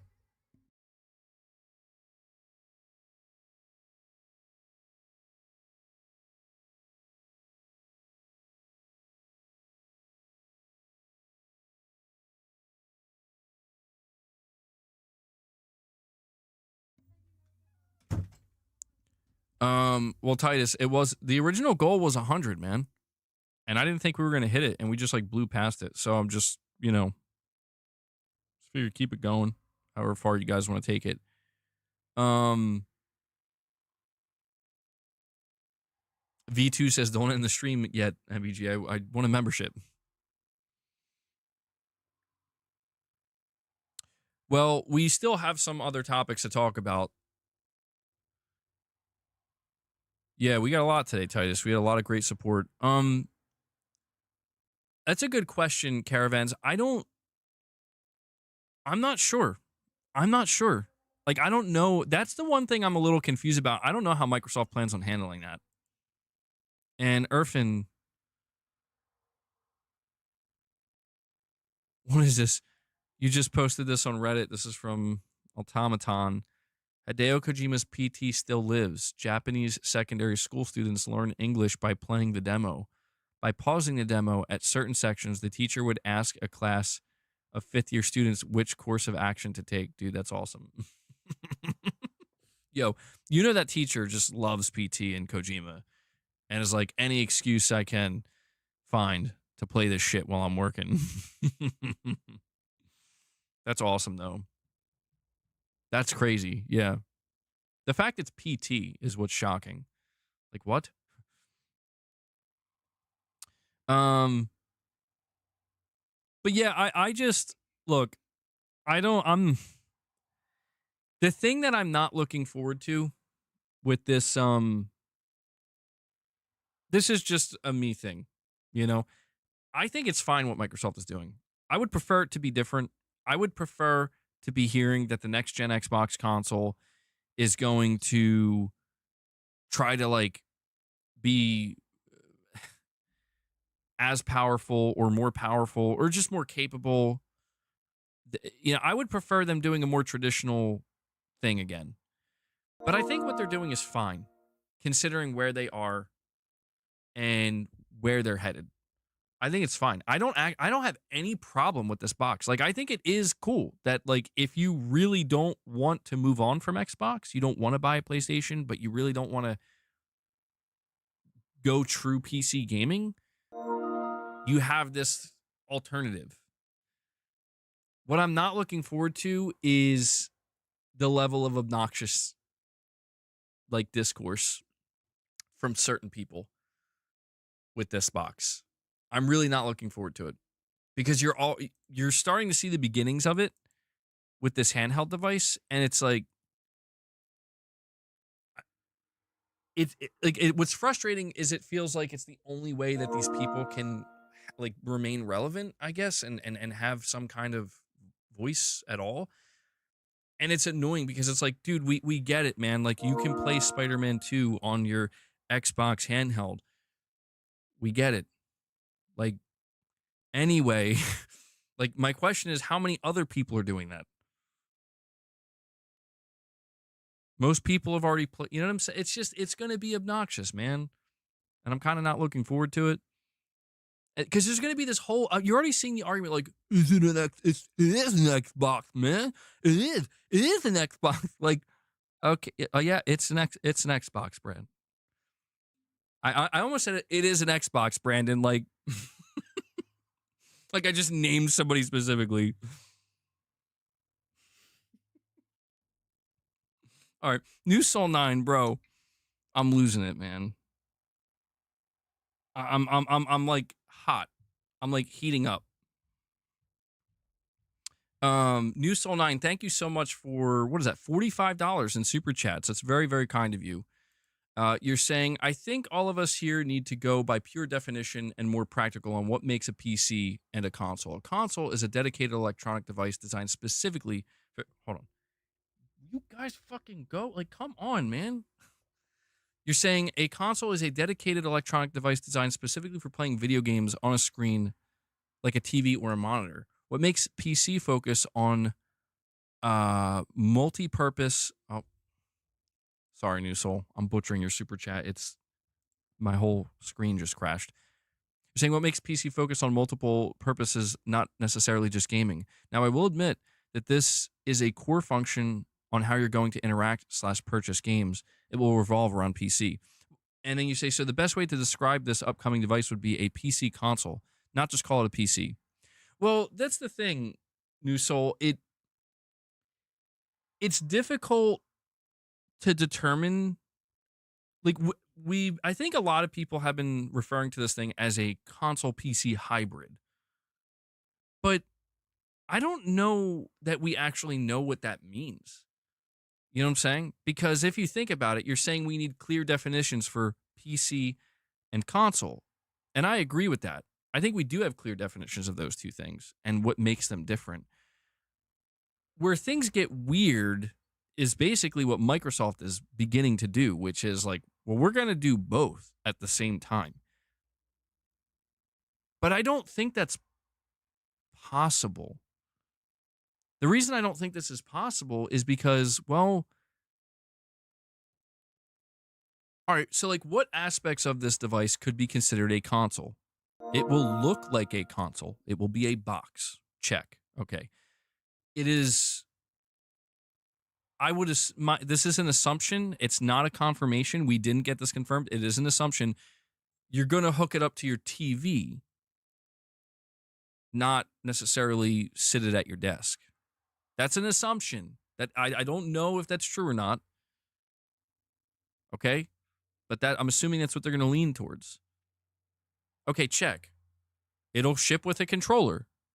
Okay, that's another thing that makes it seem like a console. Check. Okay, what makes it not a console? It's going to be apparently the full fat Windows 11. So although I don't know if that's officially confirmed, but as of right now, if what we're looking at with the Xbox ROG Ally, it's like it's going to be Windows 11. Okay. It's going to have multiple storefronts. Okay. And it's, I mean, I don't know how user friendly it's going to be or how simple how simplified it will be. If it's using full Windows 11, I don't know. I'm sure there are people who hook their gaming PCs up to their TV. I'm sure there are people that do that. I don't think that's a super common thing. And so, yeah, both of these things do kind of this. Yeah, it like that is the hybrid. It's doing a little bit of both. But I think at the end of the day, we have to kind of boil it down to the consumer, right? Because if you think about it, the market has basically created this separation where why is it that a console gamer will buy a console and stick to a console versus not just going to PC? Why is it that the PC, somebody who's playing on PC, they're not interested even remotely in a console? And so, truthfully, I think all it really boils down to, New Soul, is I think you can make a hybrid. I think that's what this will be. It will be a little bit of a console. It'll be a little bit of a PC. And I think when you combine those things, it then creates the question, who is this for? And I think that's the important thing to focus on. Because it's like, okay, if we can define this now, we have a clear definition. It is a console PC hybrid. The price is reflective of that. The marketing is reflective of that. The way it operates is reflective of that. But who is it for? And that's where I think it becomes clear that, and I don't think it's going to be something that Microsoft cares about, but I think this is going to be an incredibly niche product because I don't think there's like that market that they're trying to serve is very, very small. I don't think what if I'm wrong? I could be totally wrong. I don't think you're going to see, turns out there's tens of millions of gamers that wanted this exact thing. There's tens of millions of gamers who are like, I actually want a PC that is a console and a console that's a PC. Maybe there is. Who knows? Maybe PC players are suddenly going to be like, actually, I do want this thing. You know? I don't know. But my gut tells me, my intuition tells me that almost nobody is asking for this. My gut tells me that traditional Xbox console players want another traditional Xbox console. They would greatly prefer that because that's what they've been supporting this entire time. And my gut also tells me that anybody who's on PC and has been on PC is like, I'm good. I already have a PC and will just continue to upgrade it. I don't need this box, that is kind of a PC, but also kind of a console. I'm good. I mean, yeah, that's another thing. I think this box is for the Xbox player who wants to hold on to what Xbox was. And Microsoft is giving you that kind of bridge. Really? Wow. I think Xbox is giving those players that bridge where it's like, we'll give you the option to stick around. Like we will give you another piece of hardware, but this hardware is us transitioning you to PC. Because the things that make this thing more of a console are not really that strong. I mean, like it ships with a controller. Yeah. It will be a box. Yeah. And we'll make it so you can hook it up to your TV, but you can do all of those things with a PC right now. You can hook any controller up to a PC. You can hook any PC up to a TV. you know, and you can, if you're getting a custom PC, you can buy all different form factors, all different shells. So I think it's just the fact that I don't think they're serving a lot. They're going to be serving a large market at all. And Caravans, I'm going to read what you said. I'm just going to read New Souls as well to wrap his up. He says, MBG, they are not doing both because it's sold creating it for video games and have it basically be simplicity like a PS5. If it's outside of gaming, the gaming focus spec-wise, then it will be considered a PC. Maybe. I don't know, New Soul. You're losing me a little bit with this last one. I'm not entirely sure. I'm not entirely sure that I fully understand what you're saying here. Like, are you saying that if the specs are high enough, therefore it will be expensive? It's a certain price point. Like, are you implying that it has to hit a certain price point based off of those specs and components to justifiably be called a PC? Because I mean, I don't know if that's exactly what you're saying here. If it is, I don't know that I agree with that. Because what I understand is that this box is getting the PC versions of games. Like, when this box comes out, there's not going to be Xbox versions of games anymore.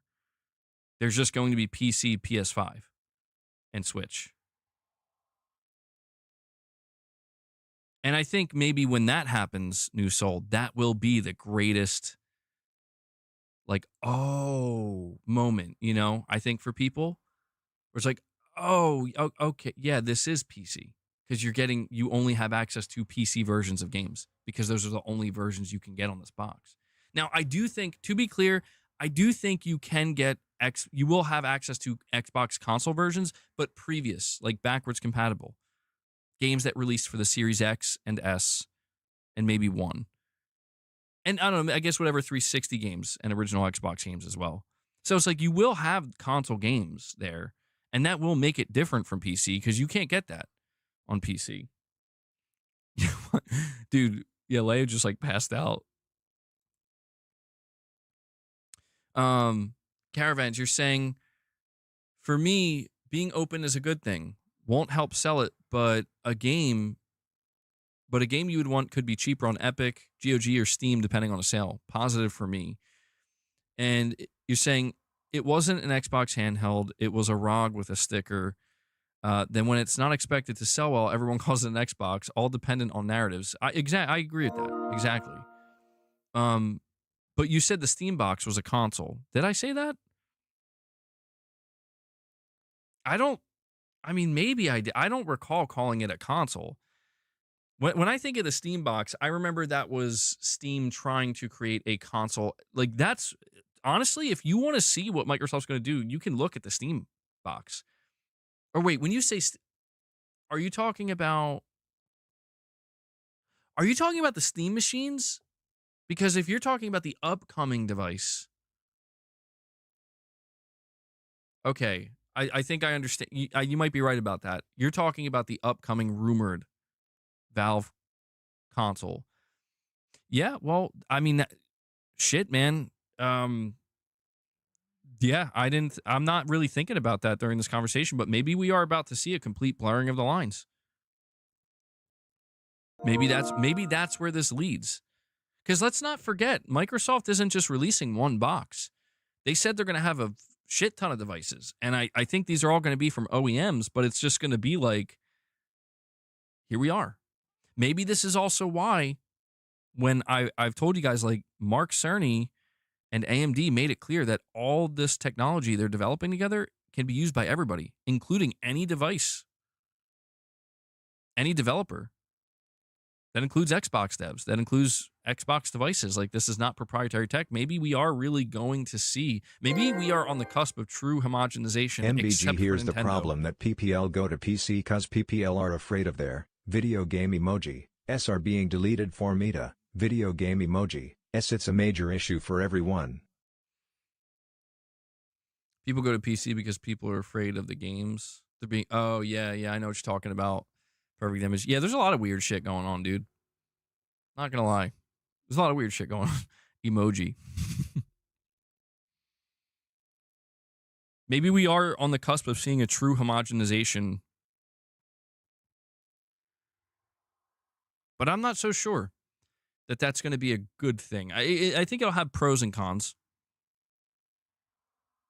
but I don't know, man. I still think Sony's not.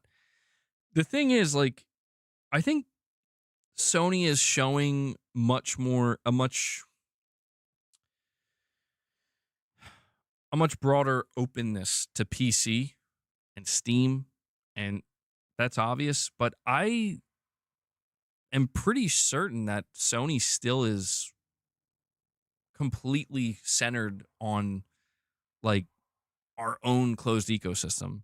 Like when you buy the PlayStation handheld, you are going to be, and a lot of people don't like that. And that's kind of what you're saying, Caravan. Like you don't want a closed ecosystem. Like you prefer things to be open. But that's the thing, man. That's been PC for years, for decades. PC's been there for decades and it's been open for decades. It's never not been there. So when you look at the fact that tens of millions of people, hundreds of millions, not hundreds, but like 100 million or more people still choose to buy these consoles and choose to say, I want to be in this closed, but maybe simplified ecosystem. And that might be the trick. That might be the differentiator right there. Maybe the big difference between these two devices, the PS6 and this upcoming Xbox console, will be the simplification of and the ease of use. Just like you boot up a PS5, I mean, it's as simple can be, man. You know, you're just literally 2 button presses away, your game starts and you play it. Worst case is you just have a small update that will automatically download and then boom, you're in. Maybe that's what Sony will continue to lean into to justify the closed ecosystem. Because I don't know, man. Sony sometimes gives me a vibe where it seems like they're like totally okay being like, you can go to PC. Sure. You can buy our games there if you want. I'm like, that's interesting. Like it's fascinating to me that Sony seems so cool and chill just saying that, like signaling that. But yet you still have your own closed ecosystem. Boss, you can't stand near there. So it might just be that everybody's going to kind of settle on you're going to go where you're going to go. But that has yet to be seen. We have to see how aggressive Sony's going to be with the PS6 first. And Caravans, you're saying, boss, knock it off. Last one. You're only getting like 5 more. No more. That's it. You're cut off for the day. Sorry. I just hit my mic. Hold on. All right. Caravans, you're saying PS6 will be fire, so why does the Xbox PC bother you so much? It's not, to be honest, it's not that it bothers me. It's just that it's not that anything's bothering me. It's that I'm at the mercy in this space of I thought about not talking about this at all, but I'm like, this is like how am I supposed to ignore that? What's trending right now is this next Xbox console. What's trending right now are the price differences between these consoles. What's trending right now is this new report about Microsoft going crazy. 30% profit margins across the board, for every Xbox studio. And I'm like, well, I mean, truthfully, I think it's just the nature of the transition, man, where I think in the last year and a half, Microsoft has been making an aggressive transition that there's going to be some drama. I think there is some drama, not super serious drama in this space anyway, but it's stuff that's going to make headlines and demand attention. And I don't know, man. I don't know. It's not that the box bothers me. I think the only thing that actually bothers me, if I had to put my finger on it, is that like I think what bothers me is to kind of see that this is how it's fucking ending, dude. Like, and I know I don't mean that like Xbox is done, they're dead, they're buried. I don't mean that. I think sometimes people project that because it's kind of like that can only exist. That notion can only exist if there's even something to lose. You get what I'm saying? It's like it kind of was funner and it made for more exciting, not exciting, but just maybe volatile is the word, but volatility can be exciting. It made for some good times. I remember, like, when it's like, holy shit, did you see this new rumor about the Series X? It's going to be 12 fucking teraflops, bro. And did you see Phil Spencer announce Hellblade 2? They're going for Sony's juggler, man. What's Sony going to do? And then you see Sony getting ready and they're like, oh, we got the fucking future of gaming showcase. And there's just this kind, like, the energy that's in the air right now is so, I don't want to say it sucks because yeah, there's amazing games to play. When it comes to having shit to play and enjoy, there's no question that we're in the best place we could be, which is good. Like, this problem isn't that serious of a problem. It's just, as somebody who's been following this for decades, and been fascinated by it and intrigued by it, and just enjoying the discourse over the years, sometimes getting annoyed by it, but mostly enjoying it, love to hate it, hate to love it. It's crazy to me that it's like, in a way, it's like the thing I feel most annoyed about sometimes is people trying to they're trying to convince me and others that this is something it's not. And that frustrates me because it's like, I want you to fucking be right and you're not. And I know you're not. And deep down, you're not. And we know that for both of us, for anybody who's engaged in this space, it's going to make for an upcoming console generation that has less sizzle. I do take the bait easy as well, yeah. I do. I always fall for the bait. But there's going to be less sizzle, It's going to be more just, boom, here it is. That's what it is. Enjoy, we don't care. Peace. Like, that's what it's going to be. And I just look at that and I'm like, what the fuck happened? Now, I'm not saying it's going to be that way all around. Like, Microsoft will have exciting stuff. Sony will have exciting stuff. But if you kind of look at Nintendo, right? Like, that's kind of what Nintendo just did with the Switch 2, where they're just like, Switch 2, bam, here it is. Here's what we got. Here are the games. Here's the price. This, that. We don't give a shit about Sony. We don't give a shit about Microsoft. We're doing our own thing. Peace. Like, we're out. It feels like everything, like, look at E3, man. Like, look at where we were a decade ago with E3 versus where we are now. There is no E3. Everybody's just went their own separate way. All these different lanes that used to be right next to each other, and everybody's like trying to get ahead of each other. They're all just completely scattered, going in totally different directions. They can't even see each other anymore. And there's no greater example of this than between Sony and Microsoft and what's happening right now. Where it's like, as much as I want to talk about Nintendo as like Sony and Nintendo going head to head, and maybe that competition will increase, it's just, it feels strange because it's like, but are they? Are you okay, Leia? Leia, what's wrong? You got a hairball? Uh-oh, hold on. You good?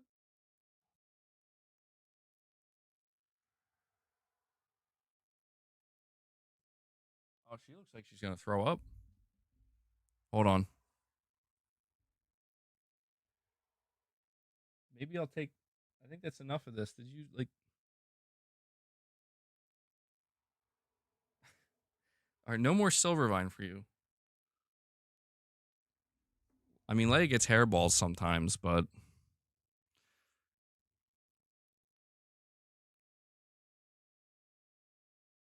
Guys, maybe you can tell me because I was, oh my God, what was going on? Why is it so bright? God's coming to take my cat. No. Leia, no. No, I think she's okay. But maybe you guys can tell me, was she just cleaning herself? Like, was she licking her fur a moment ago? I wasn't paying attention. Because if she was, maybe that's why she got like a hairball. I'm just trying to make sure she didn't like swallow any of this. She was. Irfin, okay. Yeah. She's probably getting a hairball then. Although she didn't throw up, so I get maybe she she was able to keep it down. You're saying report the other day is it'll have an Xbox 360 emulator. Yeah, I mean, I'm assuming they're gonna try to make it backwards compatible with all the Xbox consoles, which would be cool. Microsoft has done a good job with backwards compatibility. Absolutely got to give them that. That's one big thing Phil Spencer did. And you said multiple times Steam are making a console. I did. You're right. I did. You're right. I can't deny that I've referred to it as that. So you got me on that one. I mean, it seemingly will. Well, I don't even know. Like what? I guess it's because when I hear Windows, I think PC. When I think Steam, when I hear Steam, I think PC as well. But I'm assuming this Valve console or device, whatever it's going to be, I'm assuming it's not going to be using Windows, right? Like it's going to be, isn't it going to be using Valve's new, don't they have their own OS now or something? I'm not too in the loop with it. It'd be Linux based. Steam OS is a fork of Linux. Okay. So I'm assuming that's what it'll be then. It'll be Steam OS. I've been reading reports or hearing that like Microsoft is really worried about that they're worried about Steam OS. So I don't know. They're extremely worried. Well, so like with Steam OS, chat, maybe you can answer this for me. With Steam OS, does it give you the same versatility as Windows? Is it very open? I'm assuming it is. I mean, it's Valve, right? Like, it sounds like how they would make it. Again, I have no firsthand experience with it. But it's going to be a PC with console limitations and Windows. Don't forget Teams, Shadowlink. It's got Teams built in.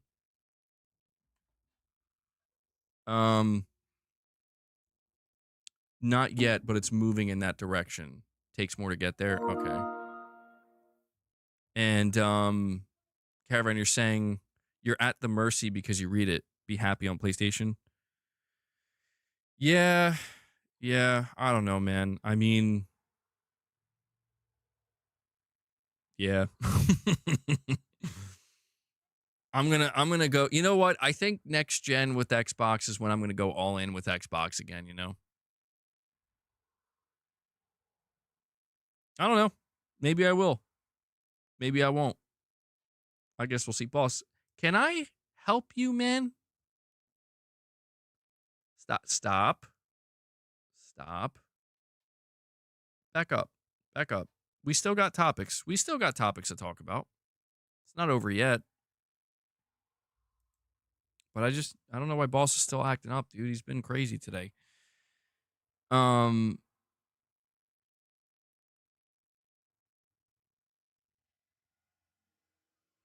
Prince G, you're saying shout out to Titus, Irfin, GGS, and Honko. F M Slop. Yo, who's M Slop? Caravans are saying Sony should put PS6 up to $800 if Xbox is $1,200 easy money. Dude, I was thinking about that. I'm like, how much of this is Microsoft tempting Sony? Like, Sony, we're making it easy for you. I don't think so, though, man. The big reason is because I think hitting that mass market is too important to Sony. It's too important to Sony, man. If Sony decides to risk losing the mass market in the name of greed, and when I say greed, I mean I'm talking pure greed in the sense of like, why sell a console at a loss or a break-even point when we can just sell it for a profit. It's like, dude, you're gonna lose the mass market. The only way I could see Sony doing that is if Sony is completely okay with the. Oh, you want the silver vine? Is that what you want? No, don't go that way. Don't go that way. Oh my God. Okay. Please don't put your ass in the camera, boss. Don't put your ass that way, bro. He's literally about to rub his ass on the camera. Like, you got to be kidding me.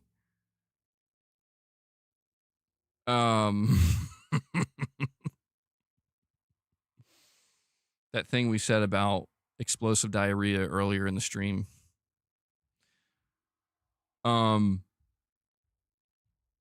Yeah, I don't think Sony would give up that, though. I don't think they would give up the mass market.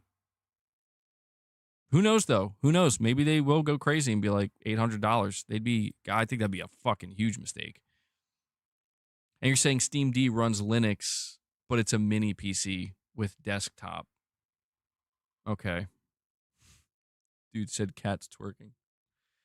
Well, we'll move on from this.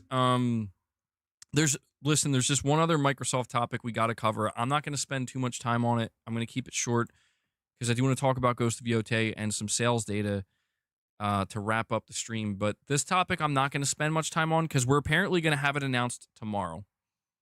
Okay, so we're not going to have to wait long, but it says there's a growing belief that Microsoft will unveil a new Halo game this week and that it will be confirmed for a PlayStation 5 release.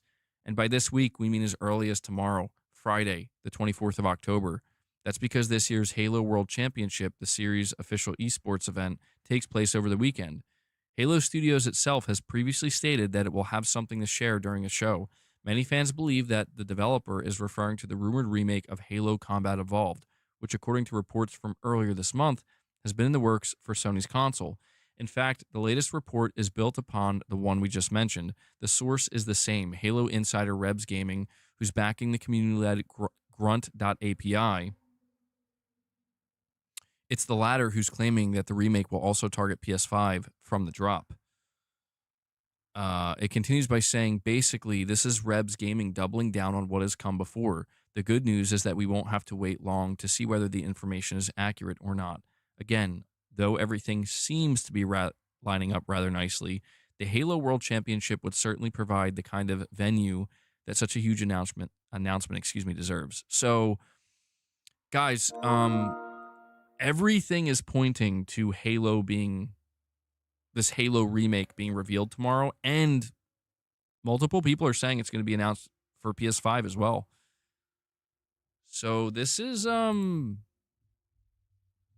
don't know. I mean, what are we thinking about this, guys? Like, I kind of feel like this is going to be a huge fucking deal tomorrow if this happens. Like, I'm not a big Halo fan at all. I don't know. Maybe I'd play the Halo 1 remake. I think I might try it. I'm just not really into Halo like that, though. But they did say they're like updating the mechanics and stuff, so maybe I'd try it. But it seems like that big, like, holy shit, it's actually fucking happened moment that may be happening tomorrow. And Caravans, you're saying Steam Deck 2 has two modes, gaming mode and desktop mode. I have a friend who uses it like a PC, LOL, does all his work on it, watches YouTube, Netflix. I didn't know that. I didn't know it had two different. I mean, this is the thing. Like, I paid so little attention to the Steam Deck. I had no idea it had two separate modes like that. Gaming mode and desktop mode. Huh. That's pretty cool, though. Does it run, what OS does Steam Deck run?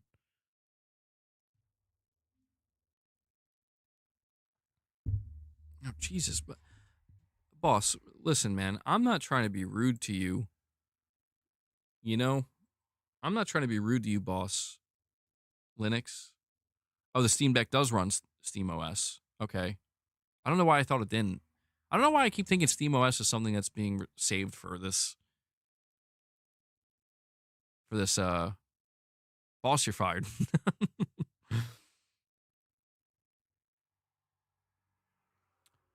Oh, I actually didn't know that. Steam OS is a fork of, was that Arc?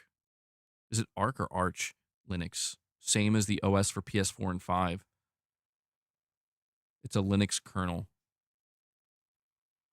Huh. That's interesting.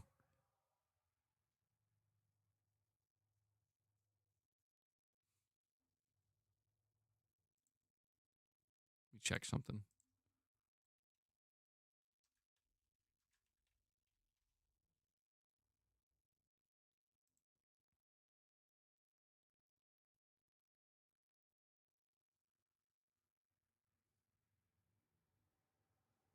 Huh. Yeah, learning about these different operating systems, it's interesting. I didn't realize that. Um, yeah, it may, I have to admit, wow, that's super interesting. So you're saying SteamOS is a fork of Linux similar to the PS4 and PS5. So, like, doesn't that kind of mean that like this upcoming Valve console or, box, I don't know, I guess it's going to be a console. Does that mean it's more console like than the next Xbox? Potentially? I don't know. That's so weird. I guess, yeah, these lines are blurring. These lines are really beginning to blur.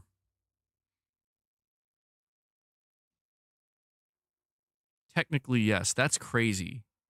Yo, tell me the next great competition is going to be between Sony and Valve, PlayStation and Steam. What are we are we thinking there's any possibility of that?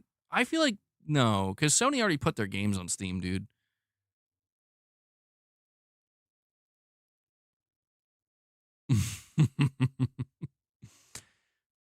Absolutely gaming survivor.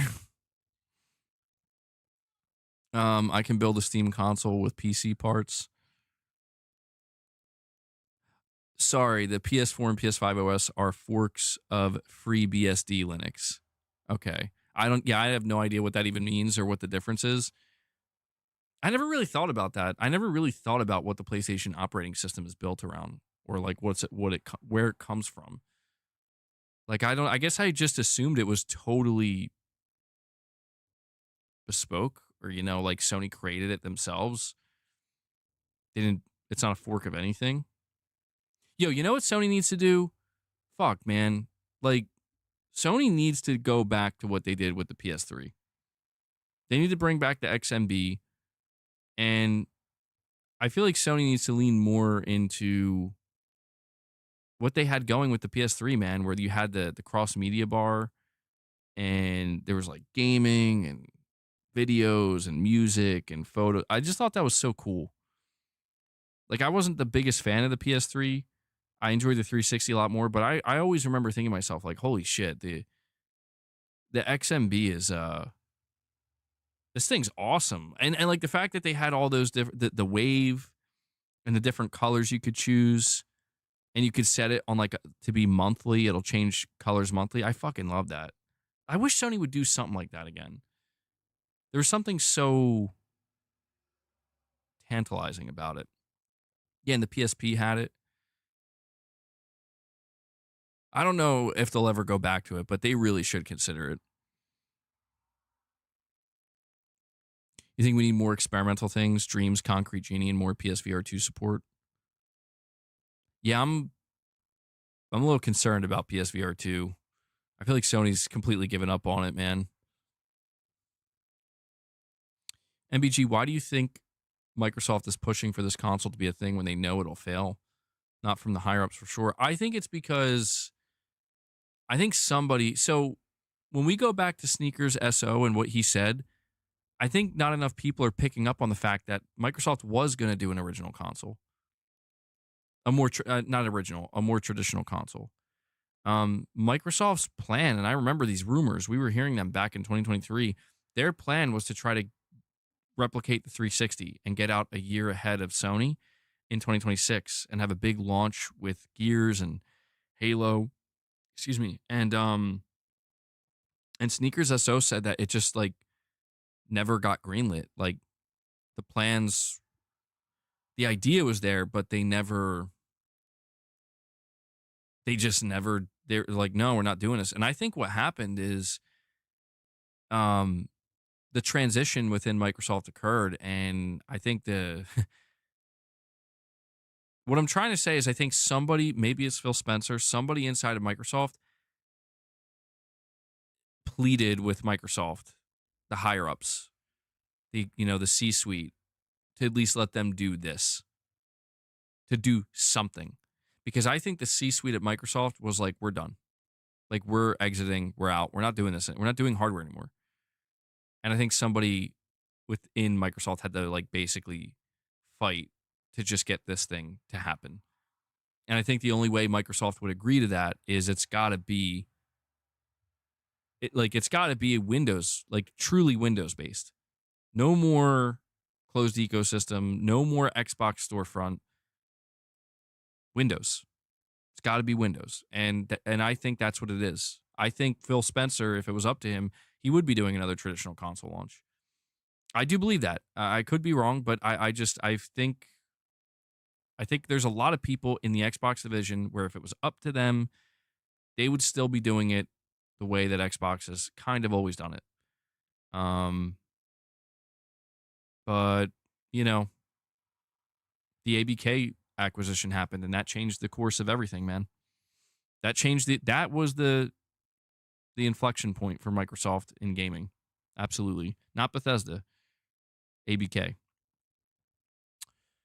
People are saying that Phil's going to retire, apparently. I don't know that I believe it yet. I could see it. I mean, yeah, the timing sounds right. I mean, what's he really going to do now? All right, we have one more topic to go over and discuss, though, before we wrap up today's stream, guys. And I do want to give out one more reminder because we are, I don't know how long we're going to discuss this topic. Could discuss it for 10 minutes, could discuss it for 30.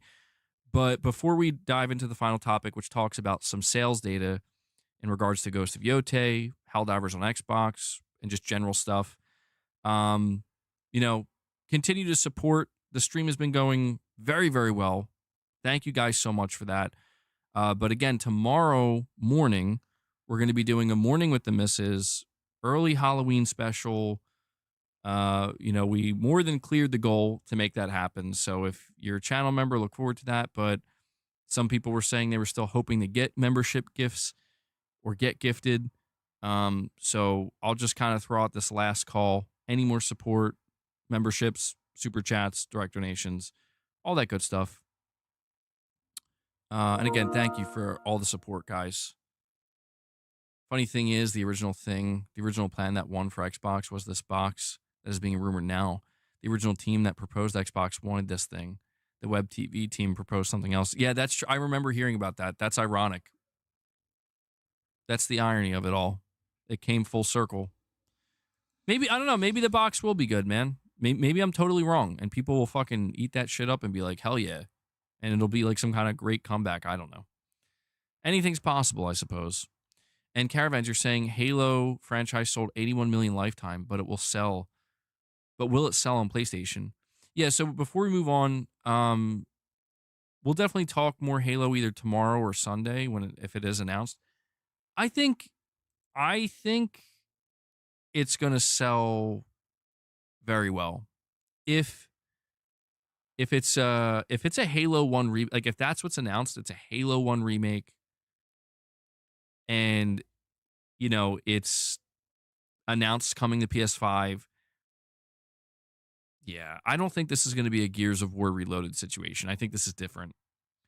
I think a Halo remake has the potential to sell literally millions of copies on PlayStation. Maybe I will be wrong about that too. I won't lie. I thought Gears was going to do a lot better. But then again, I think people, I don't say they're over Gears. I think they're just over Gears 1. I think anybody on PlayStation who was interested in Gears 1, I think played it. You could say the same with Halo 1, but if it's a full-blown remake, I think that's different. I mean, come on, bro. You're talking to PlayStation players. PlayStation players love their remakes. As long as they're good. And you're saying should look up SD desktop mode. It's good. SD desktop mode? Let's see. Steam Deck desktop mode. Maybe I'll watch a video on this later.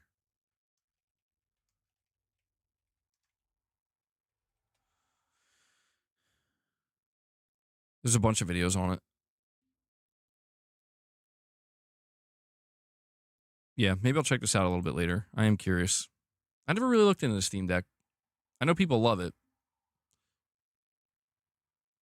MBG, I'm out, bro. If you don't want to collect that Xbox bag, I do. I'm going to get paid to clip you or something. Get that Xbox bag, Gaming Survivor. MBG, if this is real and they're going to announce it tomorrow, then it'll be a bloodbath tomorrow. It's Halo. Xbox fans will scream. You know what? Before we move on to the sales data, I got to ask, what time is this going down? Was it the Halo Championships, right? Halo World Championships 2025. So it kicks off tomorrow. What time, though?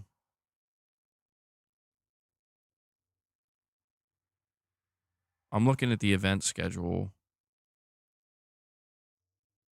Oh, shit. Oh, okay, hold on. 1 p.m.? Okay.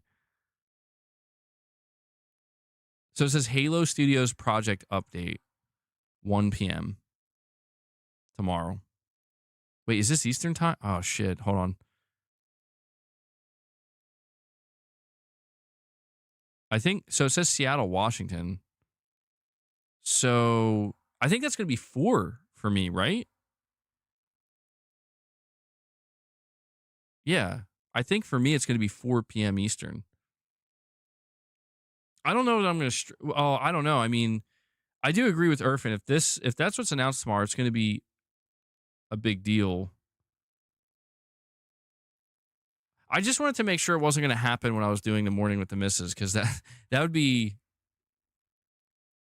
not good. Stream in 2 parts. We'll see. We'll see what happens. We'll find out. What time is it in the UK? Oh, I don't know. I'm not sure, but I want to go over this with you guys. We have the NPD report for September 2025. Now, the important thing to note about this report is that it says September, but it stopped counting on October 4th. So Ghost of Yotei is in here.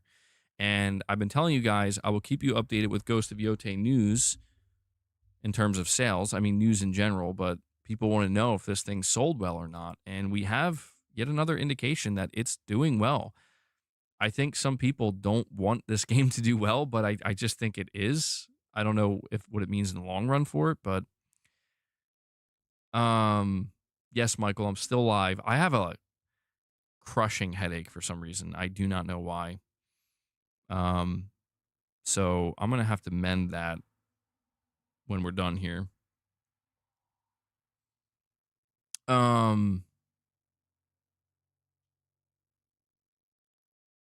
All right, so not a tumor.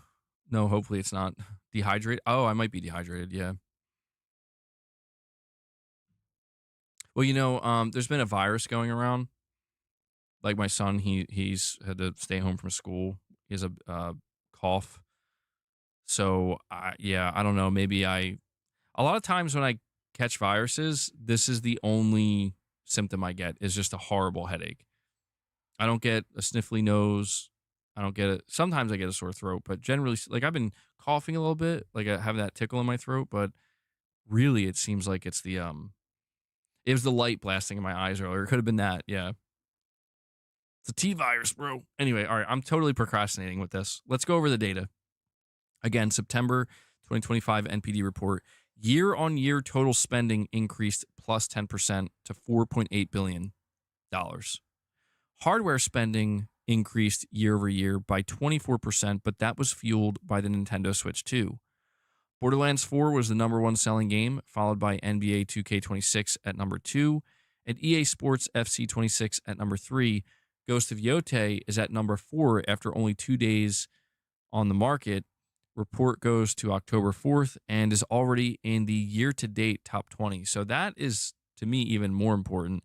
is within the first 2 days of Ghost of Yotei being out, it's already in the top 20 for the year. So that's a good sign. Ghost of Yotei sales are on par with Ghost of Tsushima despite a significantly higher PS4 install base at the time. It says Silent Hill F reached number 7 in September. NBA 2K26 is the best-selling game of the year so far. Borderlands 4 is already the third best-selling game of the year. Best launch month in franchise history, plus 30% over Borderlands 3. Switch 2 was the number 1 selling hardware, followed by the PS5, which was at number 2. The PS5, and to me this is significant, PS5 and Xbox saw double-digit percentage declines year over year. Now, we don't have those percentages. I would assume Xbox's percentages are much higher in the double digits. But also interesting that PS5 saw double-digit declines for September. However, this is also interesting. PS5 sales increased 10% compared to August after the price hike.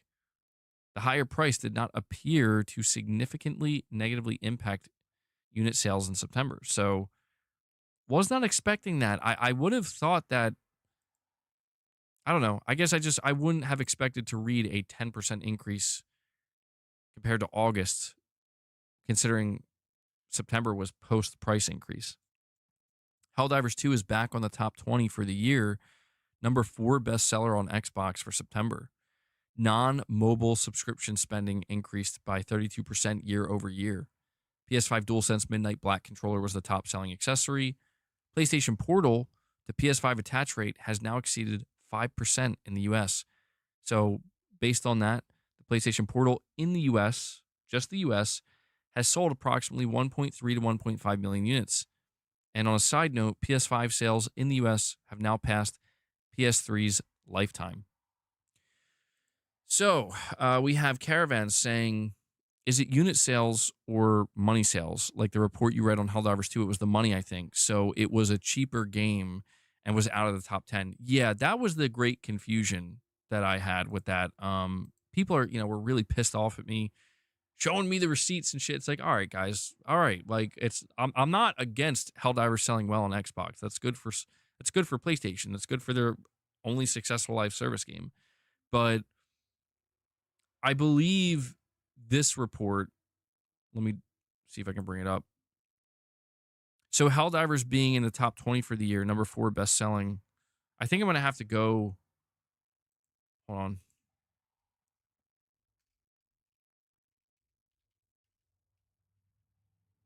I have to go to Matt Piscatella's account on Blue Sky to know for sure.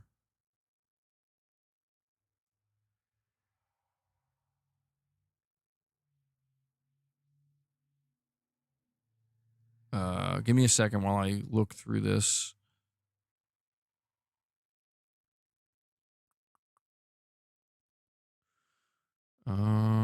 September 2025. So this is, okay, the first one I'm looking at here is by player count. Not looking for player count.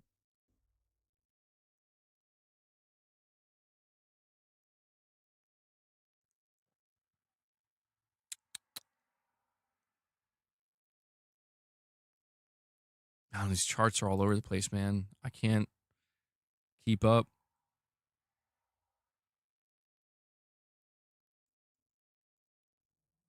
I'm looking. Okay, here we go. I think I found it. All right. So 2025 year-to-date U.S. top 20.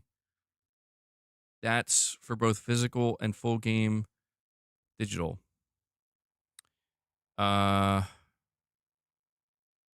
So Ghost of Yotei is at 18. Helldivers 2 is at 19.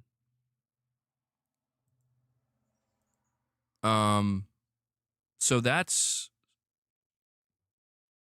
not money made. That's physical sales and digital downloads. Although, I'm trying to find the one for Xbox now, so we can figure out if that. I'm assuming that has to be. Yeah, I'm not finding it. I'm assuming it has to do with sales. Like, I don't think it's just money made from the NPD. Isn't it always by revenue? I don't know. That's the thing. The chart I just read explicitly says at the top it's physical and digital sales. It seems like they change it.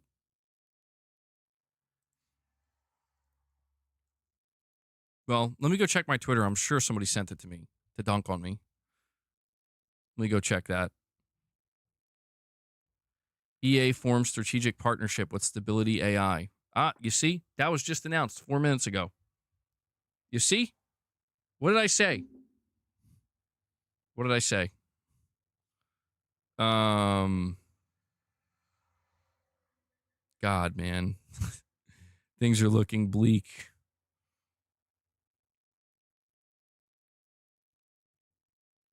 All right, where's my tweet? Okay. So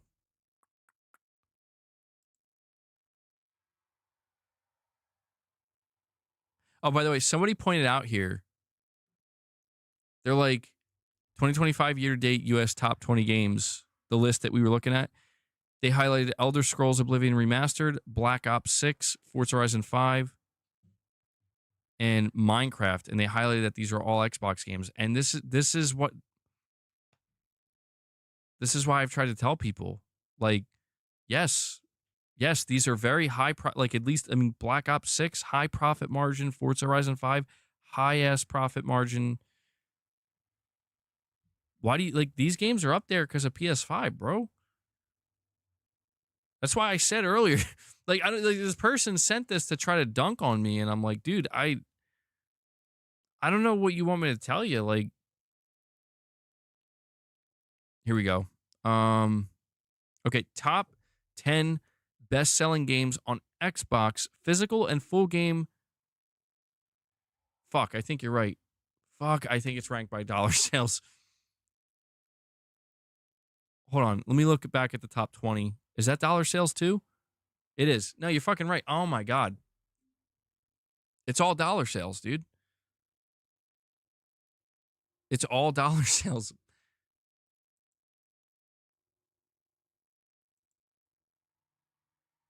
Yeah, so I don't know. I don't know how useful this is. Well, it's at the number 4 spot for Helldivers 2 on Xbox. Boss is like, you're done. End the stream. It's over.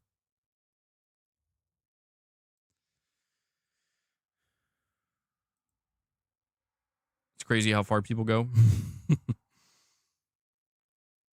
Well, I mean, it's because, like, Xbox players are fighting for their life out here, man. Hey, stop that, boss. They're like, see, we buy games. We buy games. And I'm like, well, stop that. Stop that. It's like, yeah, you buy games, but, you know, like, do you buy enough? Like, it's just ironic that, like, people are highlighting, like, the success of these Xbox video games that are on the top 20 is mainly driven by PlayStation players buying these games on PlayStation. And it's like, when you look at that, why is it that these fanboys, they get defensive when it's like, you just want to believe that we don't buy games, so Helldivers 2 will fail on Xbox, so it looks like Sony made a mistake. And it's like, no, it seems like they could have made a mistake because you guys have proven that you don't buy games enough.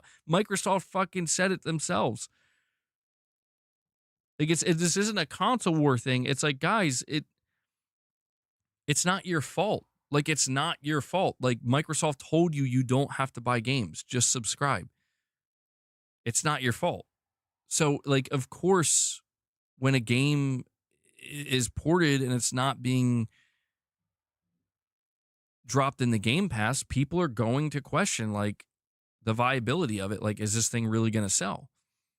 It looks like, I mean, look, from my understanding, it seems like, based off of the chartings based on dollar sales, it seems like Helldivers may have sold close to 1 million on Xbox, and I don't think that's horrible. I think that's respectable. You know, it's late on Xbox. It's to a smaller install base. I mean, I think it's I think Sony would be happy with that. I think that's 1 million more sales potentially, or close to it. That's close to 1 million more players that you could sell microtransactions to. I don't think that's bad. I wouldn't consider, like, when I saw it on last month's chart, when it was like, what was it, like number 12 or something, or 14? I was like, I don't know about that, dude. Like, that to me indicates this thing may have flopped.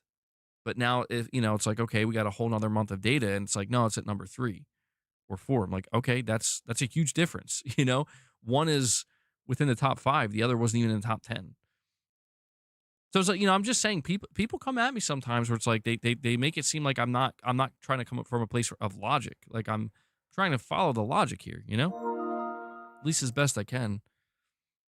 Canvas, you're saying a game in 1st and 10th can sometimes only be separated by a few units. First place could be a 1.2 million, 9th could be 1.1. Sometimes they are that close. Saying, I'm not trying to trigger you, just pointing it out by dollars. No, you're not triggering me, Canvas. It's not you. It's just people, people come at me on Twitter and shit, and they're like, here you go, bitch. Like, all right, man. Like this, you're trying to dunk on me with a Sony game. That's why it's funny. Like, some of this shit is so funny because it's like, yeah, that's right.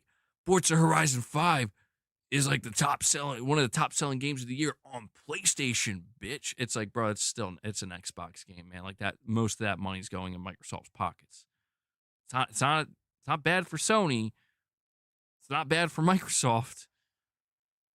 I don't know who it's bad for. Like, I don't know who it's bad for, But to me, I'm just so fascinated in, what'll be interesting?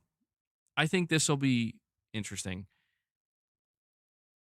November 11th, Sony's earnings. Very curious if they mention how Helldivers sold on Xbox. They might not. Like, they might not call attention to it, but I'm just wondering if they're going to... I mean, I find it weird that Sony hasn't said a damn word. Like, that feels weird to me because it's like they're just acting like this is a normal... Like, dude, it's not normal. You've never released a game like this on Xbox. And you're just doing it casually. I'm just wondering if they will share any more insight into why they did it, if it was a test, if it's something they plan to do more of, if it did well, if it didn't meet expectations. I don't know. And I want to know Yotei sales numbers. Yeah, the big thing about Ghost of Yotei, I'm dying to know, is it clearly sold well up front. I'm curious if it hit a wall or if it has a tail. That's the big thing. All we have to go off of is Ghost of Tsushima. Ghost of Tsushima took 2 years to sell 10 million. So if Yotei is going to hit 10 million, it'll probably take a little bit longer than that if it hits 10 million. It might not hit 10 million. I'm just curious to know if it has the legs, if it's going to keep going, or if it's just like, yeah, it's going to get a couple million up front for the first month or two, and after that, it's pretty much it. Because if that's the case, you'll see this game go to PC very quickly, I think. Or maybe not. I don't know, because Spider-Man 2 still sold really well, and Sony got that on PC. Why did Sony rush Spider-Man on PC, man? What was up with that? I always found that strange. Like, it's still selling well, guys. You don't need to rush it. And, you're hurting your sales potential. Irfin, let me bring this up. Thank you for that.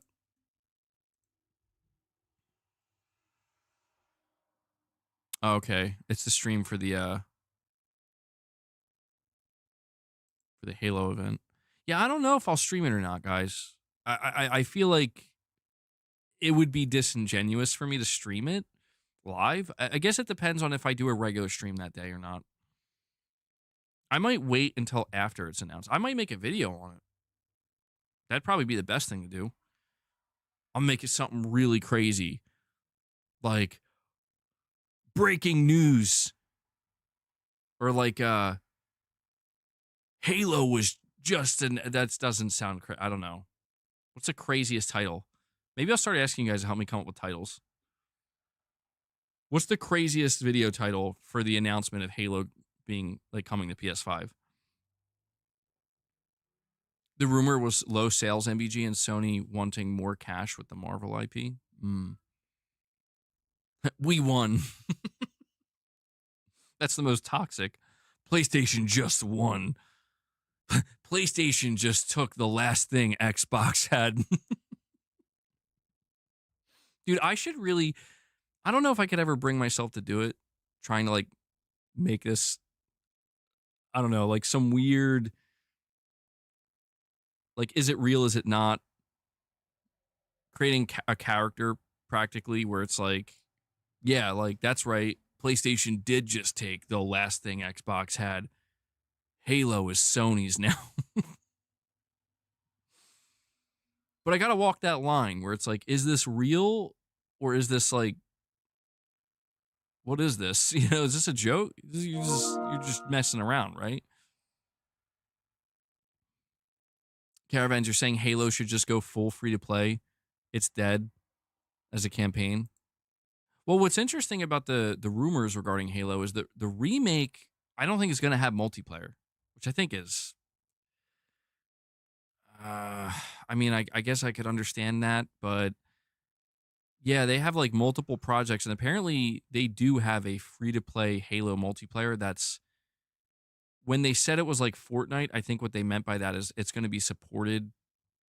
I think when they just say, people just use the term Fortnite, I don't think it's going to look like Fortnite or play like Fortnite. It's going to be a traditional, what we now know as a traditional live service, something that has battle passes and I guess a lot of skins, and maybe they'll do collaborations and stuff.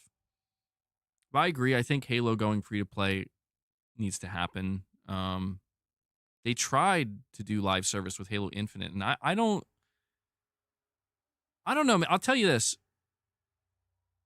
If the Halo Infinite remake, or not Halo Infinite remake, it's a little too soon for that. If it was Sony though, it would be out. If the Halo 1 remake ends up winning me over, or like I want to play this, then you know they did something right, because I'm not interested in it right now, man. Like if they show me, that's all I'll say. Like if they win me over, then I think that they did something right, because I don't have any interest in Halo, bro. I really don't. Like I just, it never got its hooks into me. I think that at one point in time there were like two different paths. You either go down Call of Duty with like Modern Warfare 4, or what is that, like Halo 3 at the time, where you either already played Halo or you're gonna go towards Halo 3. And for me it was Call of Duty. And that, you know, I was like, this is it. This is my FPS. I'm good. Pizza and Halo, the perfect combo. Chris Brown with a $2 chat says Bethesda pisses me off. Another PS5 Fallout 4 release. Oh, did they announce that? Is that happening? People were telling me there's like some kind of Fallout event or something. Insider Gaming, their podcast episode 36, in big bold letters, Microsoft ruins Xbox. Jesus. See, and they say I'm bad. Fallout 76 finally gets a native PS5 version next year. So Fallout 76, mark 10 years of Fallout 4 with a PS5, PS4 re-release next month. Fallout 4 is heading to Nintendo Switch 2 in 2026. Fallout 4 Anniversary Edition on November 10th. Okay, so there was a bunch of Fallout stuff announced.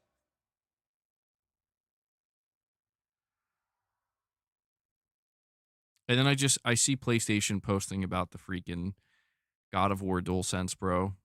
God, it does look kind of cool, though. Shit. I don't know. I know people were hating on it. But it looks clean, man. It looks very clean.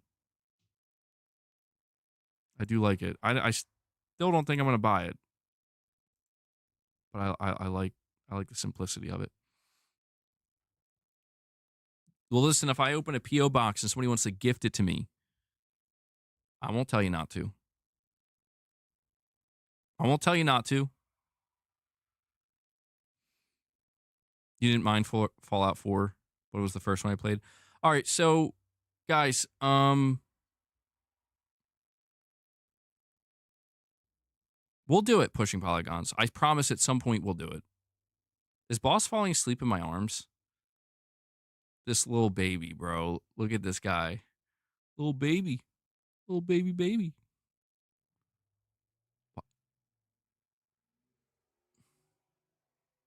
Why do your eyes look like that? Are you good, man? There's a meme of a crying Master Chief, says Supremacy 101. Oh, shit.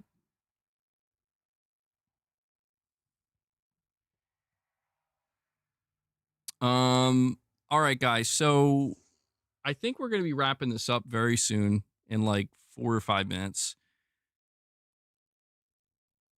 You hope Halo gets a shadow drop? Oh, no. Yeah, I don't think that's going to happen. Let me see here. Whoa. What was that? Fucking Demon Souls power saving mode. Jump scare. Hold on, though.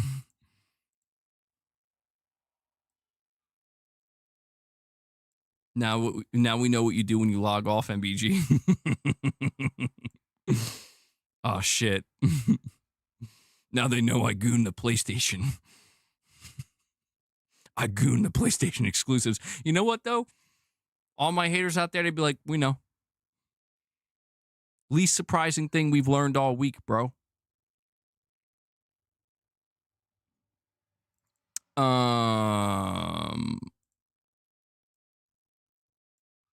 Hold on, I'm trying to find something.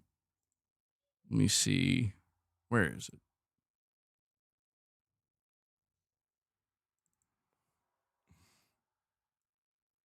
Boss, don't you start your shit, boy. Boss, your breath stinks, man. Too many treats. Too many treats, man. All right, I'm going to give you a little teaser for tomorrow's stream. Boss, you got to go. All right, you don't have to go. It's fine. Little teaser for tomorrow's stream. We're doing Morning with the Misses. I'm going to put it out early so you guys can, you know, be prepared for it, I guess. I don't want to, like, overhype it, all right? I'm not doing nothing crazy. We can't do a stream on Halloween, so we're going to do it tomorrow. So, like, you know, again, if you're a channel member, make sure you tune in. We're going to hang out for a while. Hold on, though. I got...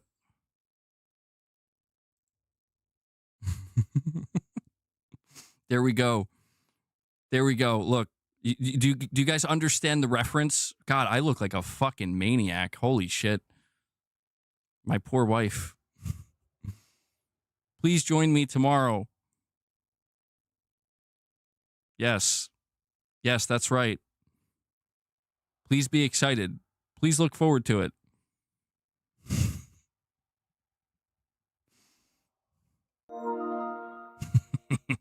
Hey, no, you know what? It's not poor Mrs. MEG because this was all her idea. She bought the stuff for me. I wasn't doing this. Wasn't my idea.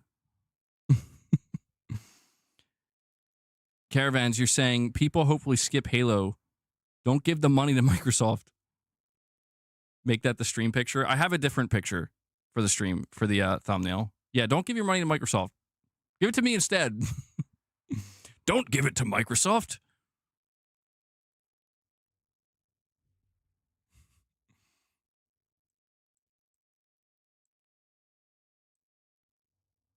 Holy shit, dude.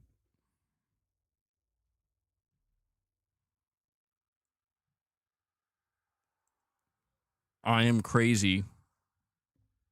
I just, you're going to have to deal with bald or that's what he says, Muslim Wolverine. Like, dude, I'm not Muslim. I need that Temptations cat treat sponsorship. I do. Yeah, so hold on. I'll give you guys another quick tease.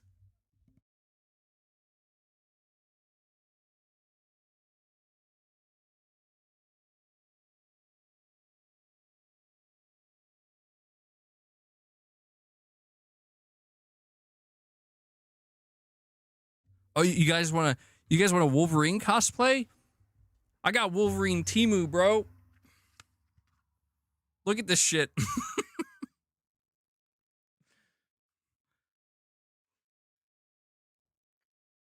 Like, tune in tomorrow. It's gonna be a good time. God, man, you guys are finally gonna get to see how fat I am. You thought I was muscle, bro? I used to be muscle bound gamer. Now I'm I don't know what kind of what am I now? You watched Austin Powers 3 yesterday? Dude, the Austin Powers movies are great. Muscle blob gamer? Muscle blubber gamer. Goonerine? Cellulite bound gamer? Whoa. I do have like massive stretch, not massive, but significant stretch marks here and here. Not from getting fat though. From being too buff in the past. They're pretty bad. At least it's not cardboard. Yeah, it's definitely not cardboard, man. Massive belly gamer. That's a good one. Massive belly gamer. Making burgers gamer? Or making burgers gaming. That's awesome. I think I just want to make this my profile picture from now on. You know? But yeah, it'll be a good time tomorrow, guys. You guys have been enjoying the recent Morning with the Misses episodes. We've been having a good time. Make burgers great. So, if you did get a membership, be sure to tune in. I'm going to put the stream out tonight, though, so you guys know what time. It should be 10 a.m. tomorrow. All right? Now, I'm going to say, I want to put this out here. This is important for me to put out here, okay? I'm like contemplating whether I should even say it or not. Well, all right, I'll put it out here just as a little warning. All right? Just know that if for some reason it would have to be something that I'll just say this, if this stream doesn't happen tomorrow, it's because there's an emergency. Man boob gamer. Oh man. Thanks for that one. I'm just saying that because, well, I don't want to get into it. All right. To be clear, we should be totally fine tomorrow. We should be totally fine. But I just have to let you guys know if like for some reason you're like waiting and you're like, where's the stream? What's going on? It's because something very serious happened. I'm just saying. Is everything okay? With me, yes. With Mrs. MBG, yes. We have some family-related thing happening right now, and I don't want to talk about it too much because I have no idea what's actually going on. So I'm just letting you know that, like, you know, if I just don't show up, just know it's for a very it's probably, you know, it would be like an emergency reason. It wouldn't just be because forget it, I'm not doing it. Forget you guys. Or maybe it is because I don't want to wear the tight clothing tomorrow. Maybe that's what it is. No, that's not it. You guys know I always love wearing tight clothing for my audience.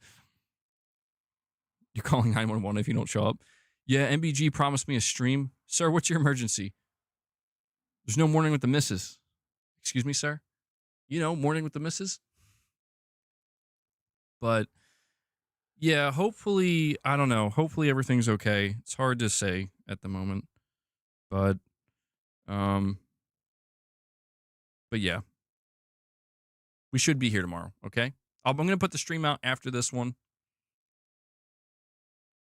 But yeah, I think this will be whoa. Okay. This will be a good place to wrap it up though. What is it, MEG? You got us curious.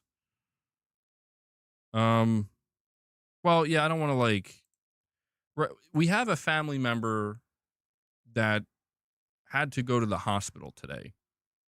We don't know how serious it is. Like I think they're okay. You know, we just don't know what's gonna happen. We don't know how serious it is.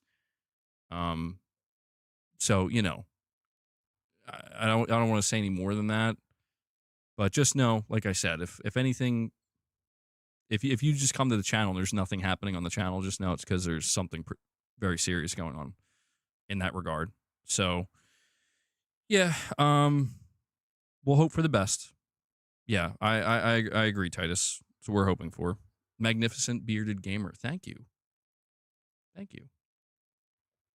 Thank you, Shadowlink. MEG, if Halo gets announced on PlayStation, I want to hear the biggest rant and FU to the fanboys ever after what they put you through. All your games belong to Sony now. All right. Thank you, Chris. Yeah, I'm going to wrap this up, guys. It was a really good stream. Incredible. I mean, absolutely incredible support today. Really, I was not expecting this. And I really do appreciate it. Seriously. It's awesome to be able to do these streams, hang out with you guys, talk gaming, and do these bonus streams and whatnot. So, you guys make it possible. I came in with a goal today of 100 members, which I thought was a lot. I thought, you know, I thought like for sure we weren't going to hit it or it would be a struggle to hit it. And instead you guys just absolutely blew right past it. We hit 158 members today. So thank you so much for that. And again, to anybody listening to this, if you stayed this long, thank you. If you did get gifted a membership and you enjoy it, you like having those perks, consider renewing it. Oh, speaking of horror movies, Gaming Survivor, I just watched Rob Zombie's Halloween 1 and 2. Never saw them before. Watched them for the first time. Yo, holy shit, Michael Myers is scary in those movies. Absolutely terrifying. The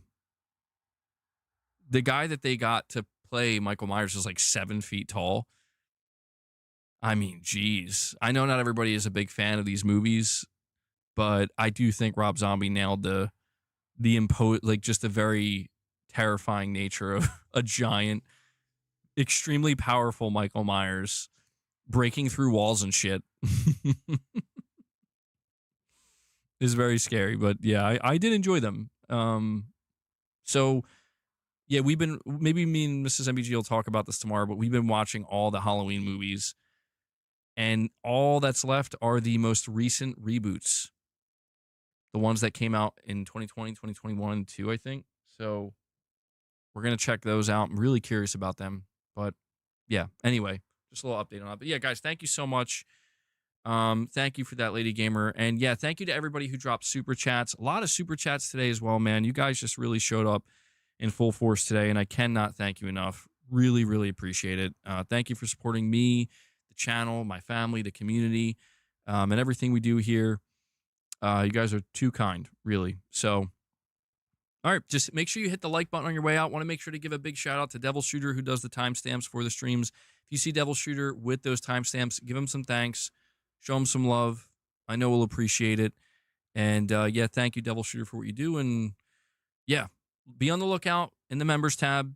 Morning with the Misses. Going to put that thumbnail up and that stream up soon. And I'll see you guys tomorrow. It'll be a good time. All right, but until then, take care, everyone.